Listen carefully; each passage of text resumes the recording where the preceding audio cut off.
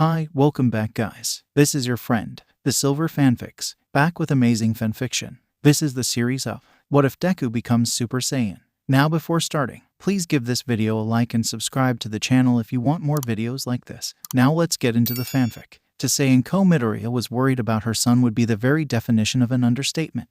The plump mother had always been a worrywart her entire life of course, but this was different, ever since when Izuku was just a small child. When he'd found out that horrible tragic news that he had no power of which to speak in a world filled to the brim with super-powered individuals, life had been hard for them both. It wasn't long after the news broke that the boy's father had a sudden job opportunity in America that would pay better, that he absolutely had to take for their sakes. The pay didn't change, he just didn't want to be associated with Izuku. Not even a year later, and the stress of the situation was catching up to the mother fast, as her figure began its spiral from slim and desirable to rotund from all the comfort food. On the bright side, at the least, it made her a much better cook for her son, even if it was a minor thing to take solace in. As for Izuku himself, she didn't fail to notice the light in his eyes dimming every day, the way his bouncy, excited movements became more reserved and tame, as though he was trying to keep himself quiet and hidden away. And the worst part was whenever she washed his clothes, she almost always found small bloodstains and tears. The first few times resulted in crying fits, and now she just expected it. It was horrible and she hated it, but because of Hisashi's departure, and the fact that the only extra money she had was from government payments to help with property replacement during a Quirk manifestation that had been taken away, she had no feasible way to move out of their apartment and put the Greenette into a better system. It was hardly the last thing she noticed about her son's rapidly worsening life either. The worst part either had to be the burn marks or his failing grades. She didn't need to be a genius to figure out the origins of both problems either. The first was without a doubt the work of his supposed best friend Katsuki Bakugo. The thought brought many emotions to the front of her mind when she thought about it, but chief among them all was just a lack of surprise. The Greenette had been friends with the boy's mother, and on her own as a person she was a bit of a handful, but enjoyable and understandable if a bit feisty. However, while Inko didn't want to be rude, she knew for a fact that woman never should have been a mother. Her actions and attitude were the exact kind of thing that would bring about a complex in a younger child, and it was apparent that it had happened in Katsuki. And now Izuku was paying the price. The other problem, in a messed up way, brought far more anger to her. At the very least, Katsuki was barely older than a toddler and simply just didn't know better. It was horrible and she hated it, but she understood it. The failing grades were something much worse. The mother had made a habit of checking over her son's work all the time just before it was due in, making sure to confirm answers for herself even if she didn't give help to him before letting him go, so she knew when he was being screwed over, and being screwed over he was. Both his maths and his Japanese lessons would often come back with abysmal scores for perfect answers, and when she'd finally had enough and stormed into the school one day, she'd found out just how far some horrible adults were willing to go with their discrimination against a child who just wanted to be loved. Because they had been replacing his work with lesser ones and outright erasing some of his answers, she was beyond disgusted, and her displeasure had been known to the school, along with the evidence they were faking. Nothing had ever brought her as much anger as the principal's response. He'd said he'd make sure it doesn't happen again, simply waving it away like it didn't matter. What was much worse, though, often repeated in her mind every now and again, ready to ruin whatever enjoyable moments she had. I see no reason to change past scores. It won't make a difference to a quirkless child's career prospects either way. It never failed to make her blood boil. And on top of every last bit of this, she was stuck to forever feel guilt with the fact of all the people to hurt her son. With his quirkless nature, she had been the first. He had to want to be a hero, the one career path in the world that actually needed a quirk to be attainable. He had to ask her if it was possible. She could have told him he could be one, and preserve his dream, but slowly and surely help him adjust to the truth over time so it wouldn't hurt as much. She could have dealt with all the heartbreak at once and shut him down, but kept him safe and hopefully make amends through his life. Instead, she had to choose the worst possible action in that moment. I'm sorry, Izuku. All the heartbreak without a definitive answer. And it was a moment that stuck with them both, she was sure. The lack of answer soon led to her son deciding to try anyways, which she couldn't bring herself to stop, as she watched on in pain as he wrote away notes in his notebooks about every pro he saw, as if they'd somehow help him bypass the lack of his own quirk. For her, the moment stuck because of how much she'd hurt her own child without meaning to. It was a moment that had popped up more than once in her nightmares on the worst nights, and usually it far surpassed any other scenario because it had already come to pass. So of course, she began to do the only thing she could think of to make up for it. At every single opportunity, she made sure to do her best to always be a shining beacon of safety for her child. Of course, that was her job as a mother anyways, but she went out her way to do practically everything for him, whether he asked or not to help.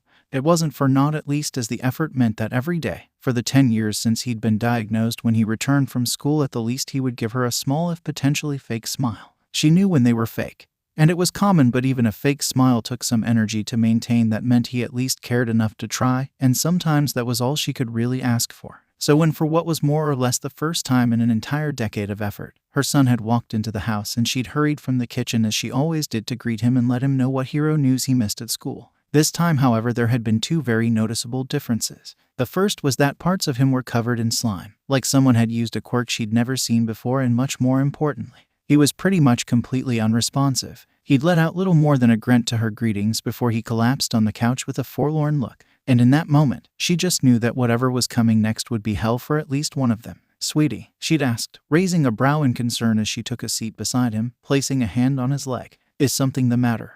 Did someone use another quirk on you?" she asked, concerned, knowing the bullies had a track record for going far beyond normal shoves and blows at times. The response she got practically stopped her heart in her chest. "Villain attack." "What?" Her arms quickly wrapped around the child in worry as she pulled him in, eyes going wide. "Are you okay? What happened?" "Robbery. Villain wanted to use my body to escape," he explained vaguely, gripping tightly at the threads he was concentrating on.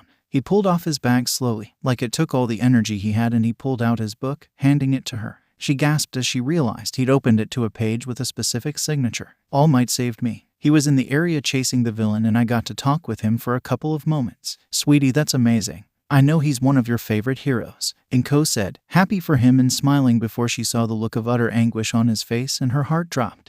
"I asked him if I could be a hero without a quirk." "Oh honey." He didn't need to elaborate for her to immediately understand what had happened. She moved to pull him into a tight hug. "I'm so sorry." Before her arms could get around him, however, he suddenly stood straight up and bolted to his room, a slam coming from the door, and her heart ached. It ached for his shattered dreams, but it also ached because that was the first time in the boy's entire life that he'd rejected his mother's comfort and affections. In fact, it was the first time he'd ever shown his hurt so clearly in a long time, and Enko had no idea what to do. "Hey, look at Midoriya," someone called as the green-haired child stared at his desk dejectedly, waiting for class to begin. Like always, there were harsh messages scribbled across the top, just small enough that you'd only notice as long as you were near to it. "He looks like a zombie." "You mean ugly as a zombie?" another voice asked as absent-mindedly traced the U in a comment with the word useless. He was used to blocking out the taunts and jeers. One of the girls let out a cruel laugh before talking themselves. "He's always been that. He looks more pathetic than normal though." "Alright, what the fuck, you shitty nerd?" the familiar angry voice of Bakugo asked, barely managing to get the greenette to look in the blonde's direction with a small explosion. "Finally realized how much of a worthless shit stain you are." "Yeah, you'll never be a." Suddenly, the blonde stopped and blinked. "Wait, what did you just say?" There was a moment of silence as it sank in, and then Katsuki lost it. "Deku, what the fuck?" the angry teen growled, punching the boy's desk and setting off an explosion. "All these fucking years and you just fucking stop. What the shit, you asshole? Are you really that fucking pathetic? At the least I thought you had more perseverance than these other morons, you bastard." Wow, Bakugo complimenting Midoriya, even if in an insulting kind of way. That was something that never happened, and it caught many of their classmates by surprise that no one said anything in response to that jab. "What the fuck is your problem?" "Thanks for your advice yesterday, Kaken. I'll keep it in mind for the future," the greenette said, without a trace of sarcasm or really anything but defeat in his voice. Most were just confused to what he was referencing, but the three boys who had been there shared looks of disbelief. Considering he'd essentially been told to kill himself, that didn't bode well. "Fuck you, Deku," was all the blonde seemed to think to say as he went back to his seat, his entire rant amazingly forgotten as their teacher finally walked in. There wasn't another comment made about the quirkless boy that day, mainly out of confusion of what was even going on with him. Even after a few days had passed, Izuku was still no better than when he had walked into his house and explained what had happened to his mother. Once he'd done that, he'd ended up running to his room to cry, and once that was out of the system, it was like his emotions just switched off. Questions directed his way rarely got more than hums and one-word answers just to assure whoever was talking to him he heard them. He couldn't bring himself to care about even something as small and important as eating. He was just drifting by at the moment, surviving in a horrible limbo state where he could only replay the day over and over in his mind when he wasn't distracting himself with menial tasks. It had been a more or less ordinary day, if a little more exciting with the debut of Mount Lady, but it quickly devolved with Kaken's verbal abuse reaching a new height and his physical abuse being more focused on his property. He just had to do that, just had to make Izuku take the long way around to grab his book and get stuck in happier memories. Make him show up in just the right moment for the slime and All Might to show up. Of course, once the greenette had seen his chance. He had taken it, clinging onto the man for dear life as they soared through the air. For the briefest of moments, the villain he managed to capture had slid away in the chaos, but the man had grabbed it just in time as he landed before berating the boy. Then he had to go and ask that stupid question. Izuku, did I get you flavor you don't like? His mother's voice suddenly brought him back into the current moment, and he sighed. In both their hands were chocolate ice cream cones they had gotten while taking a walk through the park. It's a good flavor, he commented lamely, giving a half-hearted attempt and eating it before stopping and continuing on, ignoring his mother's worried gaze. She had been at it non-stop this week, doing every last thing she seemed to be able to think of to find a way to improve his mood. Old tapes of them together were dug out, an outing to a new movie that most certainly wasn't cheap, a more fancy dinner at a restaurant, and now even just a simple walk in the park together to try to clear his head. It seemed she was pulling out every stop she had to try to help him. It wasn't that he didn't appreciate it, but he still just couldn't find it in him to care anymore.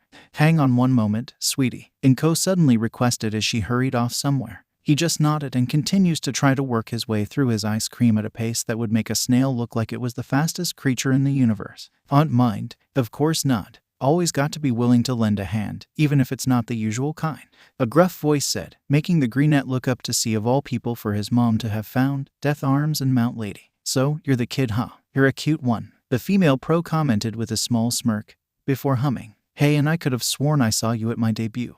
I was there. Oh yeah, you were at the back taking notes. Death Arms chuckled in realization, while the elder Midoriya just looked confused though not necessarily surprised. So, here you're quirkless and a little down about it right now. Not gonna lie, kid, being quirkless sounds like it sucks, the Gigantification pro admitted, before getting a light hit in the shoulder and a warning glare from the super strength pro. But you can still do awesome things if you put your mind to them, right? Maybe pick up an instrument and learn, or start helping sell hero merch. If you're in the habit of taking notes about pros. Death Arms cut in while rolling his eyes, reaching into his pocket and taking out a picture of which he seemed to have many. Then maybe even consider looking into becoming a professional analyst for new heroes. There's plenty you can still do, and one of those things is get an autograph. With that, he gave the greenette the photo of his which was pre-signed, and the pro gave thumbs up. Mount Lady hummed, reaching into what appeared to be the only pocket in her outfit and pulled out a pen, quickly scribbling on the back of the picture. And mine as well. Shame you gotta see this mug before my beautiful penmanship. Boy, I'm way better looking than those scribbles. Thank you, Izuku said simply before the two could argue, giving a deep bow. His facial expression hadn't changed at all. The two shared a glance with his mother, who just looked saddened. Well, just keep it in mind, kid. He nodded. It didn't matter. All he wanted to do was to be a hero. He already knew he could do anything else, but none of that would help now. He was thankful to have met the two heroes, but perhaps really any other time would have been better. Soon enough, he was on his way with his mother, and his mood hadn't changed at all. What did he even have to feel out of this emptiness? Regret, self-pity, anger, and sadness. Maybe it was for the best he'd shut down like this. It had been an entire week since the incident with All Might had happened, and Izuku was still not really there, as he carried a heavy basket filled with groceries for his mother around on her newest venture to cheer him up. They were at a special shopping district, the Mile Market, named for the fact that it was a street lined with shops for exactly a mile. It was a public street where vendors could set up for free, so it could be different every time someone meant, making it perfect for multiple outings, while often being able to serve a practical use at the same time by selling stuff. Without a doubt the most popular attraction of the city, and also really the only one. Much like everything else though, Izuku found he lacked the ability to care as they made their way through the street while purchasing things they needed from the vendors, the younger greenette quiet all the while. He was even more distracted than usual, really, unable to get the decision he'd made in his class that day out of his head.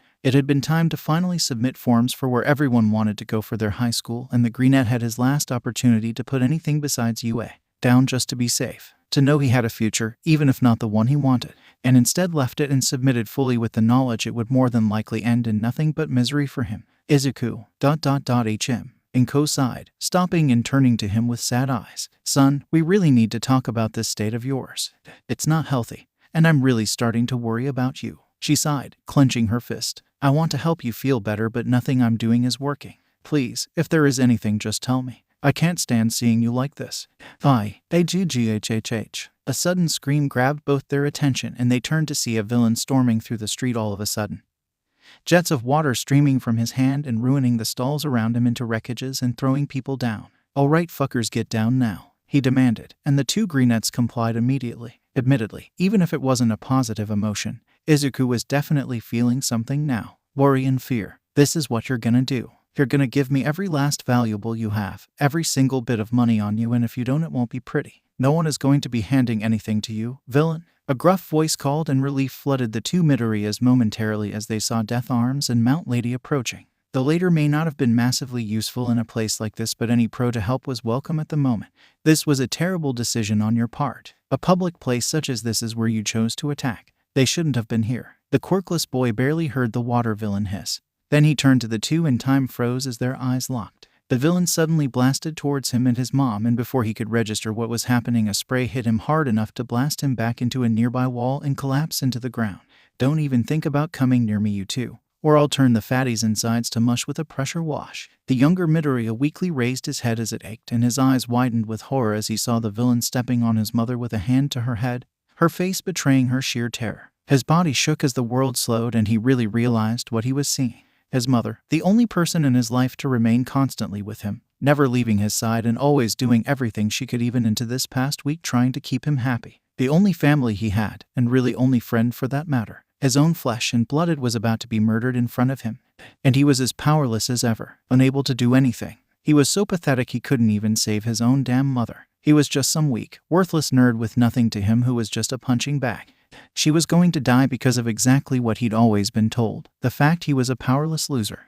She was going to die, and he was going to do nothing but sit there and watch. No, and OOOAGAHHH. All eyes were fixated on him in shock as the ground beneath him cracked and crumbled. His once non-existent muscles swelled up, and most of his hair spiked into the air in a new style as its green and black color faded into a vibrant glowing gold that left everyone stunned. His head jerked up and his eyes were revealed to them all. They were a glowing turquoise color that struck a chord into all their hearts, and all he could see was red. Izu ... Inko coughed out, in such a massive combination of emotions that it was near impossible to pin down a specific one. The pros were stunned beyond belief, having recognized the kid from the park and remembered how he was supposed to be some powerless and quiet kid. Now, he practically looked like another person. In fact, there was almost a case to be made that he looked like a miniature All Might with much spikier hair and a far more intimidating aura around him. "What the hell? Stay back, kid," the villain shouted, raising his hands for a moment and firing at him in a shocked panic. That was when he moved, or more accurately, that was when he finished moving. Once the spray stopped and the villain looked again, the child was gone, and so was his hostage. All eyes looked around for them, and they settled to far down the other end of the street. Barely visible at the distance were the two Midoriya. Inko laid on the ground, still in pain and absolutely flabbergasted. Since when could her son do this? Midoriya stood tall. Were he in the right state of mind, the sensible thing to do would be to get away. But he most certainly was not in the right state of mind. All he could feel at this moment was a torrent of fury, and a target in the water villain. In less than a second he was back behind the villain, and his fist came down. Smack. HHH. The villain let out a painful cry as he collapsed in a heap. The team wanted to do so much more, but very barely. He finally managed to get a loose grip on himself, just enough to focus on what was really important, getting his mom away. He was beside her at speed that seemed more like teleporting than actual movement to anyone but him. His own eyes made it easy to see every single moment of it, like they had gotten faster with him. He picked up his mother with one hand, keeping her over his shoulder, which was no small feat of strength, and then he was off again. It took them an hour and 45 minutes when they had walked to the marked originally. It only took 30 seconds for them to get back with this sudden newfound speed. The now golden-haired teen bolted up the stairs to their apartment, stopping and gently setting his mother on the couch before standing back. Without a focus now, the pros already likely having handled the villain, his rage began to subside, and very suddenly his new form disappeared. His hair dropped down, returning to normal along with his eyes. His muscles shrunk back into the thin twigs they were before. Finally it all caught up with him, as dark spots began to appear around the edge of his vision, and he fell back into his seat, his mother still thoroughly confused as to what just happened. He uttered out the only explanation he could currently think of before he lost his grip on the waking world. "I have the power," Izuku groaned as his eyes fluttered open, his head feeling like it might split open at any moment. He took in his surroundings before his eyes went wide and confused at what he saw. He had expected to wake up either on the couch in his living room or in his bed, but instead he looked around to see pure white walls and a tiled roof. "Ah, it seems your son has finally awoken." A voice spoke up, and Midoriya pushed himself up slowly, seeing his mother looking at him worried with a gray-haired doctor at her side. "Careful now, don't push yourself too hard. I'm Dr. Washi." What happened?" he asked, gripping his head as he adjusted himself. "Last thing I remember, we were at the market." His eyes widened. "The villain? What happened with the villain?" "Ah, don't worry about that, kid." The doctor spoke up again. He's already been put away and probably isn't going to be causing more trouble anytime soon, thanks to you. To me. Tell me, what is the last thing you remember? He let out a small noise of exertion, scrunching up his face as he tried to remember the events. He turned his gaze to his mother, frowning. I think you were taken hostage, Mom. I was, she confirmed quietly, tilting her head as she looked at him. Her face was pure white. Mom, what's the matter? You look like you've seen a ghost. The greenette asked, concerned by her subdued nature. Considering the situation they'd been in, he would have thought she would have been more active in her worry. Suddenly, he remembered the raw feeling of power coursing through him in the following moments, and his eyes widened. The following couple of moments a haze. Technically, she has. The doctor spoke up again, pulling Izuku's attention to him. Judging by your look, you remember now what happened, yes? Yeah, but that isn't right. I'm quirkless. I always have been, Midoriya muttered, looking at his hand. Maybe another pro. You think someone else granted you some kind of temporary power? A cute theory but inaccurate. You've been here for 2 days now, Izuku, the medical professional revealed, causing the apparently not quirkless boy's eyes to widen again. Your mother called an ambulance immediately following your collapse in your house. From there, we determined it was merely exhaustion from your quirk's first ever activation knocking you out, your body having never had to handle it before. And my quirk? You mean I actually have one? Izuku asked, mouth curling into a massive smile. It dropped a moment later, however. But I was told I had the pinky joint and everything. And that was nothing like my parents' quirk. All valid concerns, of course. Your mother explained as much to us when you were brought in. Washi waved as he picked up a nearby clipboard and began to read off it quietly, before turning his gaze back to the greenette.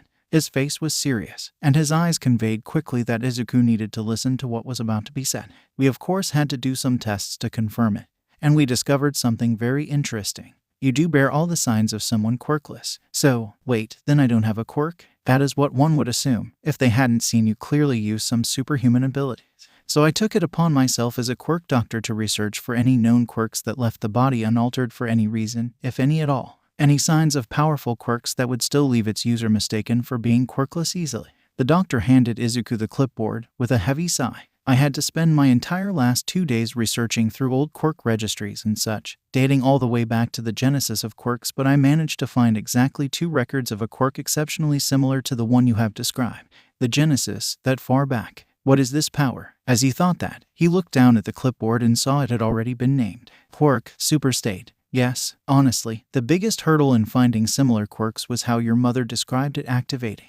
A quirk that forced the very heavens to bend to its cry for power. Sounds like something out of a fantasy tale, yet that's what happened with the weather on that day. Washi said, scratching his neck. The 2 people who previously possessed this quirk were also thought to be quirkless. One of them, a woman from near the dawn of quirks, as I said, has barely any documentation on her. It seemed anti-quirk rallies had her fleeing even with the unrivaled level of power she possessed. After her came a villain, who was barely stopped by a combination of skilled pros using more technical quirks against his raw power. But wouldn't we know if they were related to me? Izuku asked, confused, and the doctor let out a dry, humorless chuckle. No, because they aren't. This quirk is quite the phenomenon. One that, due to the previous users being as they were, we could barely get any information on. None of the 3 of you likely have any blood relation at all. This is not a quirk that passes down through biology. I'm not sure what exactly is required for one to possess it, though it would appear an emotional trigger was required for the initial transformation.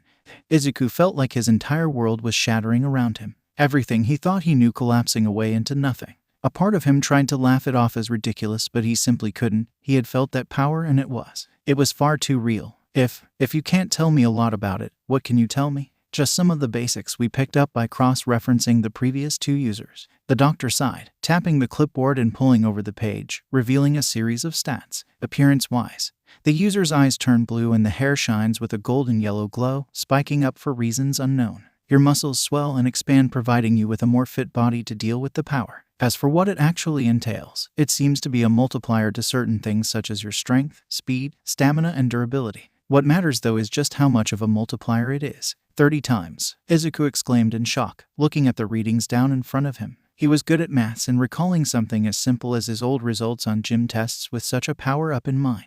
That's insane. Actually, it's likely more, Washi said, standing up and walking towards a desk nearby. pulling out a set of instruments. You see, the first user had a 15 times multiplier at least, based on the few feats she was recorded to have performed. The second existed only a mere few years before All Might himself came into the picture. But if they had have been around at the same time, even our number 1 pro may have had his hands full. He is All Might, of course, so he would have won in the end more than likely, but it would not be one of his easier fights. Midoriya wondered about that. He couldn't help but feel like the doctor was lowballing the pro. Then again, he had yet to see in a more lucid state exactly how good the power-up was, so he could refrain from judging until later. He walked over to the greenette, holding out a grip strength machine. Izuku took it, confused, and the man just nodded at the teen, so he gripped as tight as he could. 27.65 kilograms. Oh dear, that is a troublingly low number for someone of your age. The doctor frowned, before looking over the greenette. Though, maybe that's part of why the quirk ended up with you. Something to keep in mind for later, I suppose. Now, me and your mother are going to take a step back, okay? All I want you to do is try to access that power you did in the market again. But I don't even know how I did it then. Plus, what if the lightning thing happens again? I don't want to break something. Izuku began to list off potential problems, only for Washi to smirk. Just try, kid. We can sort out the kinks later. Just try and focus on the emotions or energy you were feeling at the time, okay? With a sigh, he nodded. The doctor and his mother both backed far away from him to be safe, the latter of them with a rather concerned look upon her face. Izuku held his fists out with his arms twisted around, bent so his forearms were pushing forward while his upper arms were straight at his side, in a pose that just felt natural as he took a quick breath and focused. After a moment, his eyes snapped open as he felt a burning sensation from deep within his being, and like an inferno it spiraled out throughout his form, hair lifting up and shining with a brilliant golden glow, eyes twinkling as their colors shifted. His arms bulked out, and though he wasn't aware of it, his facial features became somewhat harsher as a frown settled onto his face. He looked to his hands, in shock. This is... Holy crap. How do you feel, Mr. Midoriya? Washi questioned, and the now blonde teen looked up to him with a contemplative look. Powerful? Well, yeah, but also angry, he questioned, confused over the negative feeling hidden just beneath the surface. It wasn't as present as it was before, and for Izuku, who rarely felt anger in the first place, it took a moment to identify, but it was most definitely there. It's like there's as much anger ready to be unleashed as there is power. While that would fit in with the supposed emotional state you were required to be in to use it. If I were a betting man, I'd imagine the real problem would arise in situations where you will need to actively tame that anger, like with the villain in the market. Midoriya's eyes widened once more in realization. Wait, if I punched him full force like this? Oh god. Do not worry, it seems though barely. A part of you was conscious enough to restrain your power enough to avoid killing him. However, it will be a few months before he will be released to a prison from the injury he sustained, the doctor said, and for some reason, even though normally that news would horrify the teen, right now it just left him with a mild feeling of satisfaction masking over the concern. Like his emotions were conflicting, and as they did he felt his power die down a bit. I'd recommend we hurry up with the tests to be safe. It seems your body is handling it well enough now, but you still only just received this power. You will likely need some getting used to it before you can safely use it for any extended period of time. Try the grip strength machine again, please. Right, Midoriya nodded, grabbing the device and squeezing as hard as his now much muscular hands would allow. He felt the pressure put onto the machine, cracks coming into the plastic, and couldn't help the small triumphant smirk at the result that flashed up on screen. 1,382.50 kilograms. Oh my, Washi muttered, coming closer to the device with a shocked look. A 50 times increase. That is a terrifying power boost, even with a weaker than average body like yours as the base. Midoriya frowned at that. As his grip on the device loosened, it quickly dissipated, though, as he considered the implications of that if it applied across the board. Normally he would feel overjoyed at the prospect of just having a quirk. But while his brain was somewhat affected by the power, the words that escaped him surprised him. Suck it, Kakin, he said before he could stop himself, earning a glare from his mother, who finally spoke up for the first time. Izuku, I never taught you to speak like that. Though give the situation, yes he can, the woman said, quickly relenting before letting out a sigh. Mom, I'm proud of you, sweetie. I am, but I have no idea what to think right now, she said, sitting down again and massing her forehead. I've been trying to think of anything to say this whole time, and I don't know what to think. I'm happy for you, I'm scared for you, and I'm just confused. Scared? Midoriya asked in confusion, failing to notice his superstate dropping away as his hair turned back to normal. The anger he had hidden inside dissipating as it was overpowered by other emotions. She isn't wrong to be. This is still a quirk, Midoriya, and as such it still follows similar rules to most other quirks, like the fact that, if you train it, it's only going to get more powerful. Washi said simply. I was trying to think how to bring this up gently, but I might as well just say it outright now. Your quirk could put you in serious danger if you attracted the wrong kind of attention.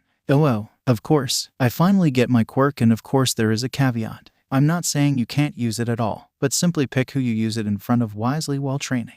On the bright side, however, you do get some special treatment because of your situation, the doctor said, pulling out a letter from nearby. Izuku raised his brow while the man handed it to Enko. This is a documentation that confirms how recent the development of your powers has been, and just how powerful they are. Keep this on you and you will be able to hand them to any pro, and get away with a reasonable level of public quirk use, as well as be allowed to use it in certain gym lessons. That doesn't mean beating people in normal competitions or such, of course, but if for example you decided to get some basic training in at the local park, no one could get you in trouble for utilizing your Superstate. At least, not for the next 10 months. 10 months? Izuku questioned, confused by the oddly specific amount of time. Washi fixed him with a small smile and a laugh. Well, normally it's 6 months, but I decided to get it extended. I said it was on the grounds of the power of your quirk, but to be honest with you, off the record, I heard your mother mention you were hoping to get into UA. The gray-haired man winked. I mean, you probably already stood a chance of getting in. And maybe I shouldn't be helping anyone get a random advantage, but way I see it, much better your power is on the side of the good guys than the bad guys. A little engineering to make that happen won't hurt. Thank you, the greenette exclaimed with a deep bow, making the doctor chuckle. It means so much to me. Hey, no worries, kid. Now come on, let's get you back into your Superstate. I have a few more tests I want to try. Midoriya blinked, looking down at his once again scrawnier form before grinning and summoning his power much faster this time, hair spiking up instantly. Just the sensation of the initial transformation. It's so overwhelming and amazing. Try to keep in it for as long as possible. Next up, I want to test your speed. It was a Tuesday when Izuku finally returned to school, heading straight out into the courtyard. Their first period of the day was gym class, and they were usually expected to just meet on the field instead of the classroom. He was the last in, with a late pass supplied to him due to the fact he had been in the hospital. Dr. Washi had wanted to keep him one more day to be safe, asking the teen to just try to retain his Superstate as long as possible. So far the record had been 15 minutes before the anger died out and the form followed with. And the one time he had retained the anger throughout, he'd managed to reach an hour before his body eventually needed to take a rest. He didn't pass out this time though, so that was a plus, and according to the doctor, he'd only get better with time. It was a bit annoying to find out he couldn't turn it off as easily as he could turn it on though, mainly because it required him to calm down, and once you were actually trying to, it gotten surprisingly more difficult to actually manage to calm oneself. At least, that was his experience. So it was with that thought that a huge smile came onto his face, unable to be removed even at the glares he received from students and staff alike. After all, he knew something they didn't. Inevitably, he would be called a quirkless, useless freak by someone. It was just what happened, but now it would have zero effect on him at all because he knew it wouldn't be true. He slipped into the changing room, quickly throwing on a white shirt and blue shorts, before putting on the exact same red shoes he always wore. With that, he did a few quick stretches, actually somewhat excited to attend class for once, and quickly grabbed a familiar set of papers on his way out. If the doctor was right, gym class was going to be his best friend and worst enemy in the coming months. He jogged through the halls at leisurely pace, pushing the door to the back of the school and walking out into the open field. He saw his class in the distance and made his way over at a decent pace. Excited to begin or not, he wasn't exactly wanting to talk with Kaken sooner than he realistically had to. Hey, look who showed up. Someone sneered, and all eyes turned to him. Finally get out of hospital, Deku. Oh god damn it, I was hoping he'd still be injured or whatever, one of the girls complained, and the greenette struggled not to roll his eyes at them. Thanks, I was concerned about you all as well. Oh no, wait, should have stayed in that fucking hospital, shitty Deku. Kaken growled from nearby. Just going to make yourself like a fucking idiot here anyways. We all know you're weak as shit. Izuku frowned for a moment. Washi's words ringed in his ears. Sensible words about being careful about who he showed his power off to. To be responsible. And Izuku liked to think he was responsible, for the most part, but he'd endured years of taunts and jeers and attacks for his perceived quirklessness. Someone like Kaken would find out eventually anyways as well, so why not kill two birds with one stone? Get the reveal out the way. And finally put an end to the biggest piece of ammunition his classmates had against him for years. I don't know Kaken, I think you'd be surprised. He challenged, actually smirking. The blonde gave him a glare, setting off sparks in his hand as a threat. This time though, Izuku stood his ground. Midoriya. Oh good, then we're all here. Their teacher called, garnering their attention to his bored-looking face. Before the lesson could get started though, the greenette hurried over to him and presented the papers wordlessly. That certainly got the other students' attention. and the few who didn't react certainly did at their teacher's sudden shout of surprise once he finished reading, face pale. What is this for real? He asked, looking down to his student who just nodded. I can prove it if need be. I think it's important everyone is kept up to date on this kind of thing, Izuku said, all too innocently as the man nodded dumbly. Great, then can I get everyone's attention for just 5 minutes? I'll make this as quick as possible. What makes you think any of us want to listen to you? One of the testier girls snarled, and Izuku smirked as he met her gaze head on. Oh, I mean, I understand the feeling. Talking to any of you isn't my idea of a good time either, to be honest, he said, feeling more confident than normal. He wasn't one to insult other people, but several years of their bullying meant he didn't feel too bad about the occasional small bit of retribution he could throw in. They all were caught off guard by that, most looking to their teacher like they expected him to reprimand the greenette. As it was often the case, the teacher would side against him most of the time, but the man just watched on, warily. So, let's keep this short and simple. Takashi, a boy on the larger side, with rock-like features on his body, seemed surprised to be called out, pointing to himself as if to confirm he'd just been called on. Yeah, your quirk didn't activate until you were 5, right? Oh, right. He nodded dumbly, and a certain explosive blonde let out a small set of sparks in irritation. Get to the fucking point already, Deku. Or do you want me to blast your ass to Kingdom Come? Yeah, how about no? Izuku asked simply, causing many eyes to go wide in shock as Bakugo seethed with anger, momentarily stunned by the greenette's bravery. Look, his quirk didn't activate because he needed the right emotional trigger. Turns out, mine was similar. If people hadn't seemed shocked before, now they definitely were. Bullshit. It's true. I don't get angry easily, unlike someone. Fuck you. So considering what my quirk needed to activate, no wonder it took so long. He smirked, lifting his arms up and opening his eyes, revealing they had turned teal. But maybe it's better I just show you all. He took a deep breath, and he let loose, an explosion of golden light blinding everyone before they turned back to see Izuku in his superstate, far more smug than they had ever seen them. It's called a superstate, he began to explain, looking over himself as the others all seemed to have their brains melt due to the sheer shock. A transformation type. Gives me a pretty strong boost of various different attributes like my speed. He didn't finish, as his head snapped up seeing Bakugo running straight at him. Diku. Predictable reaction. Much. Kakin, I really wouldn't. He tried to warn, but the natural blonde wasn't to be deterred, blasts firing off as he came straight at Izuku, aiming a punch straight for the once quirkless boy's face. It landed clean on Izuku's nose, and had he been in his normal state it surely would have broken it. Instead, however, a moment of quiet silence passed as Izuku just looked annoyed and Bakugo. He stumbled back, clutching his hand with a pained yell. What the fuck? I did try to warn you, Izuku said simply with a sigh. He wasn't going to calm down quickly on his own now, but he still was in control, so he decided to just run with this, moving fast enough to disappear from everyone's sight and reappear beside them all, causing many to back away. I'm just going to wait on this dying down. Someone else should probably get Kakin to the infirmary. I'd do it, but I'd probably break something else by accident. He knew eventually the natural blonde was going to come back, looking for a fight at some point and more pissed off than ever. He'd probably feel guilty when he went back to his normal state, but for now, he'd finally gotten a win against Bakugo for the first time in over a decade, and that was too good a feeling not to enjoy. Word spread quickly following the incident, and many who used to go out their ways to attack him kept their distance for once. He wasn't bothered by anyone at all for the rest of the day. Following the display of his new power Izuku had performed in front of his classmates, having been allowed to test out his powers, things had begun to change. People didn't bother him as much as they used to, and some teachers even acted like he actually mattered. He should have felt happy about it. Instead, it made him feel sick to his stomach. It had been 3 days since then, and at the moment he was sat at a table in the cafeteria, eating alone.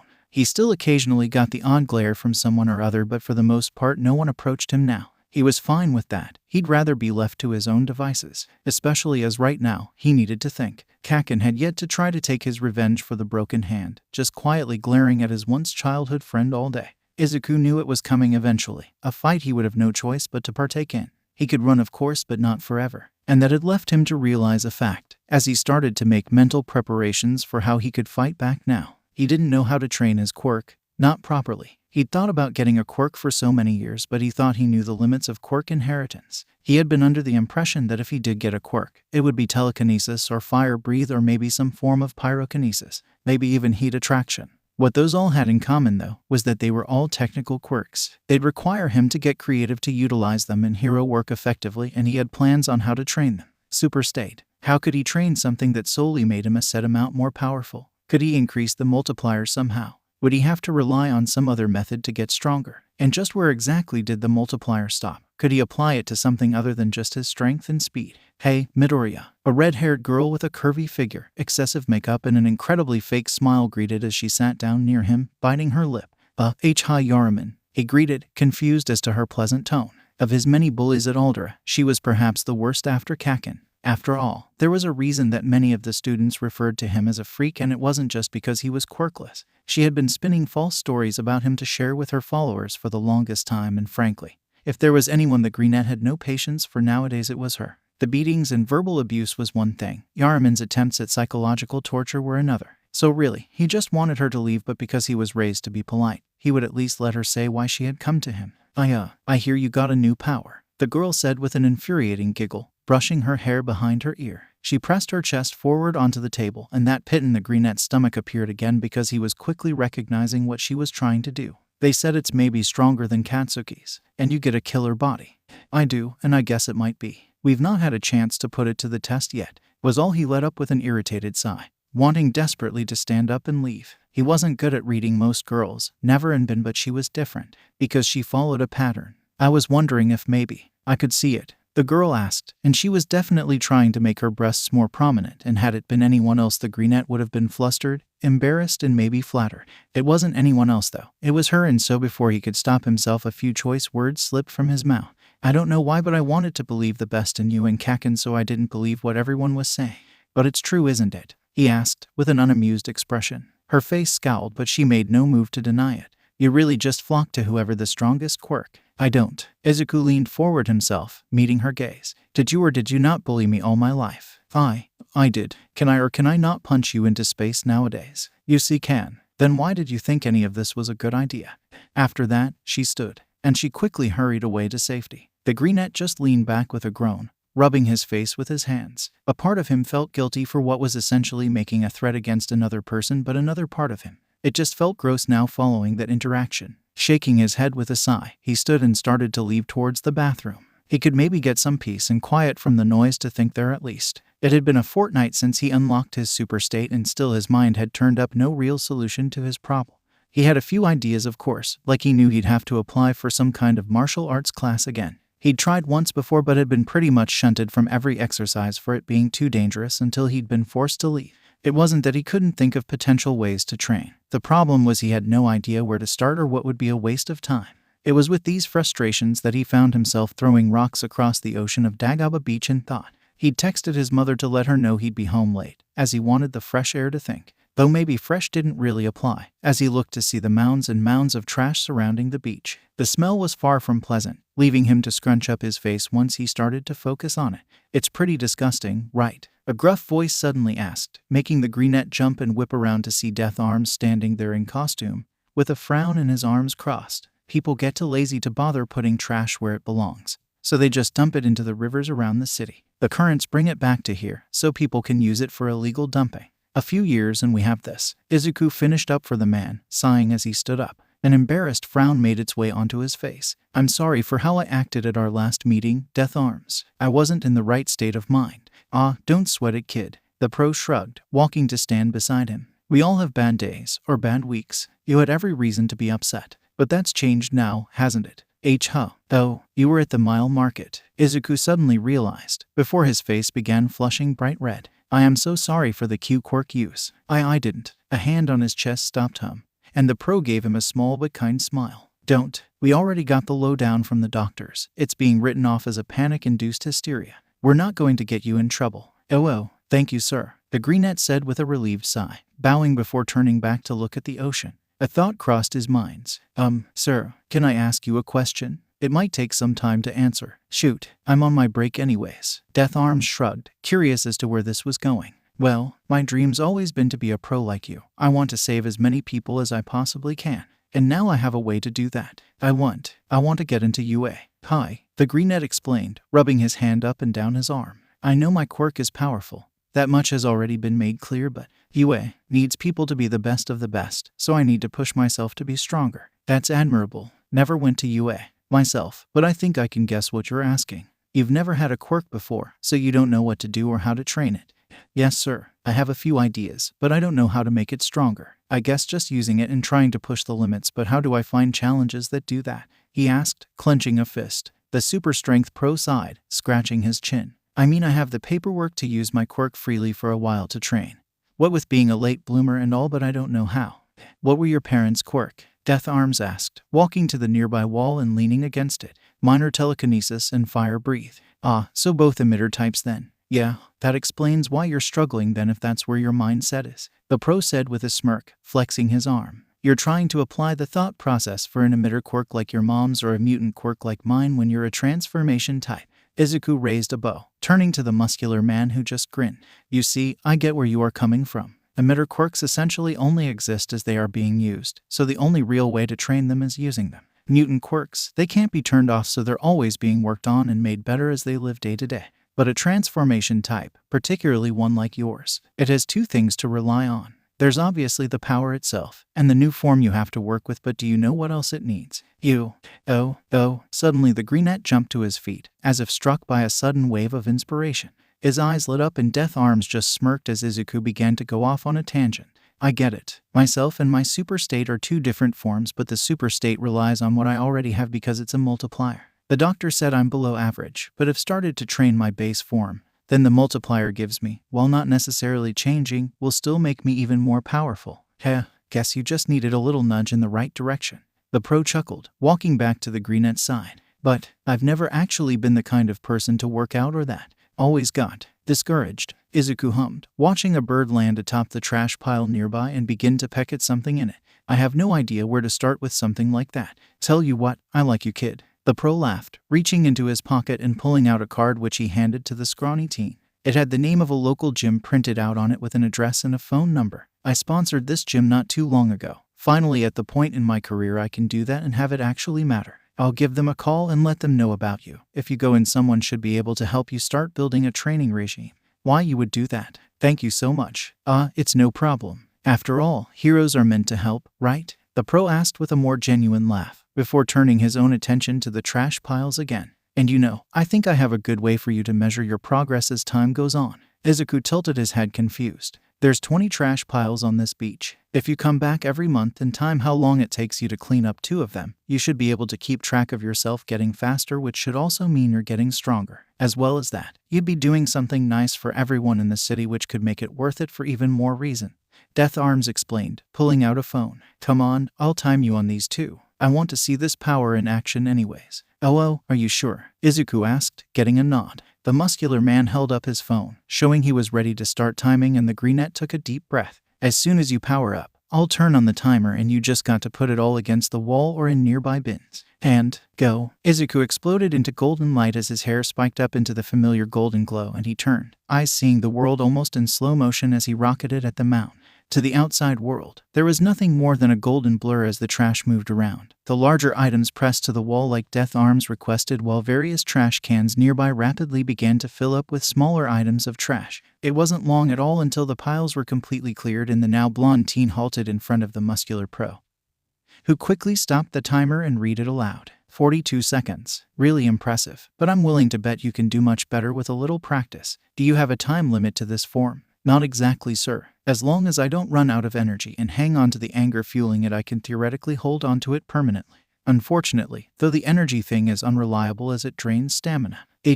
Well, either way, just remember you need to work just as much in the form as you do out of it, especially to get used to it.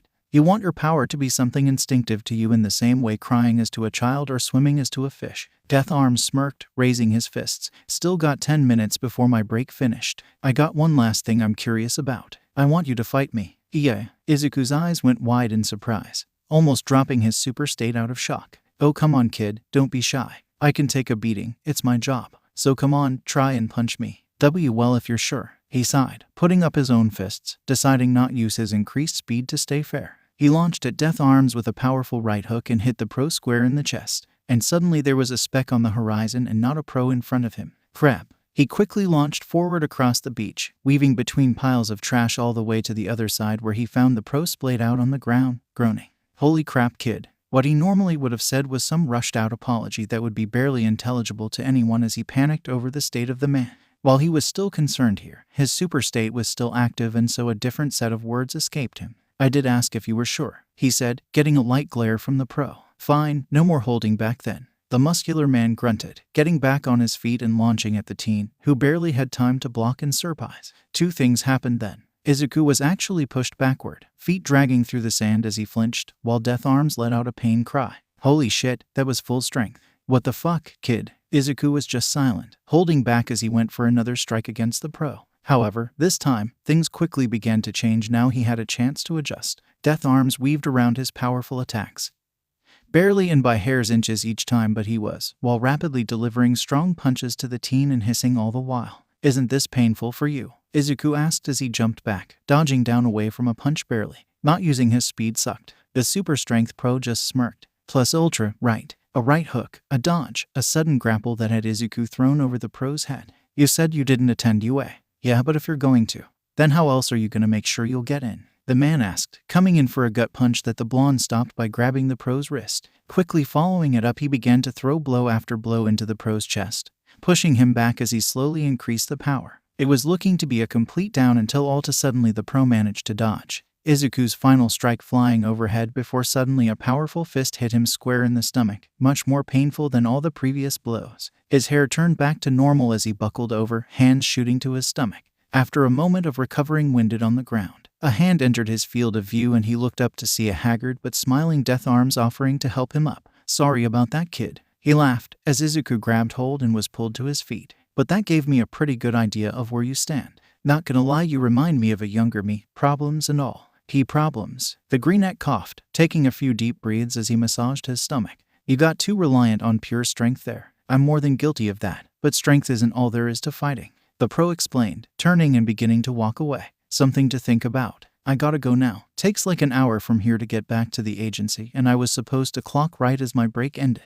Wait, what? Then why were you here? The greenette asked, confused, horrified he'd made the man late. However, the pro just gave him a smirk. Because I saw a civilian that needed help. That's my job. I'll see you later, kid. With that, Death Arms took off into a hasty sprint, leaving the teen alone to contemplate what had happened.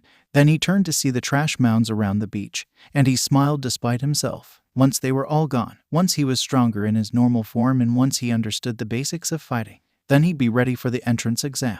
At least, that was what he assumed Death Arms was trying to show him. He had to put his all into this. And so, Izuku Midoriya began the most intensive training of his life. A bell rang out as Izuku opened the door to the gym Death Arms had left him a card for.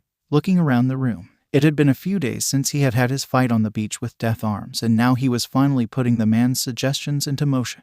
He would have started sooner, but he'd been busy doing some research on self-defense lessons. He was somewhat sour on learning full-on martial arts despite a part of him wanting to, due to having attended lessons in the past that had been less than pleasant with his quirkless status. He'd been pushed aside from most classes due to it being too dangerous, and the few he was allowed to take part in, almost every kid seemed to use the skills learned against him immediately. So he'd been fairly picky with where he was willing to go as well. But he'd finally picked out a few lessons he could attend to learn some basic moves for the next few months, while he could train the rest of the time. Speaking of training, his first order of business was setting up a regime like Death Arms suggested.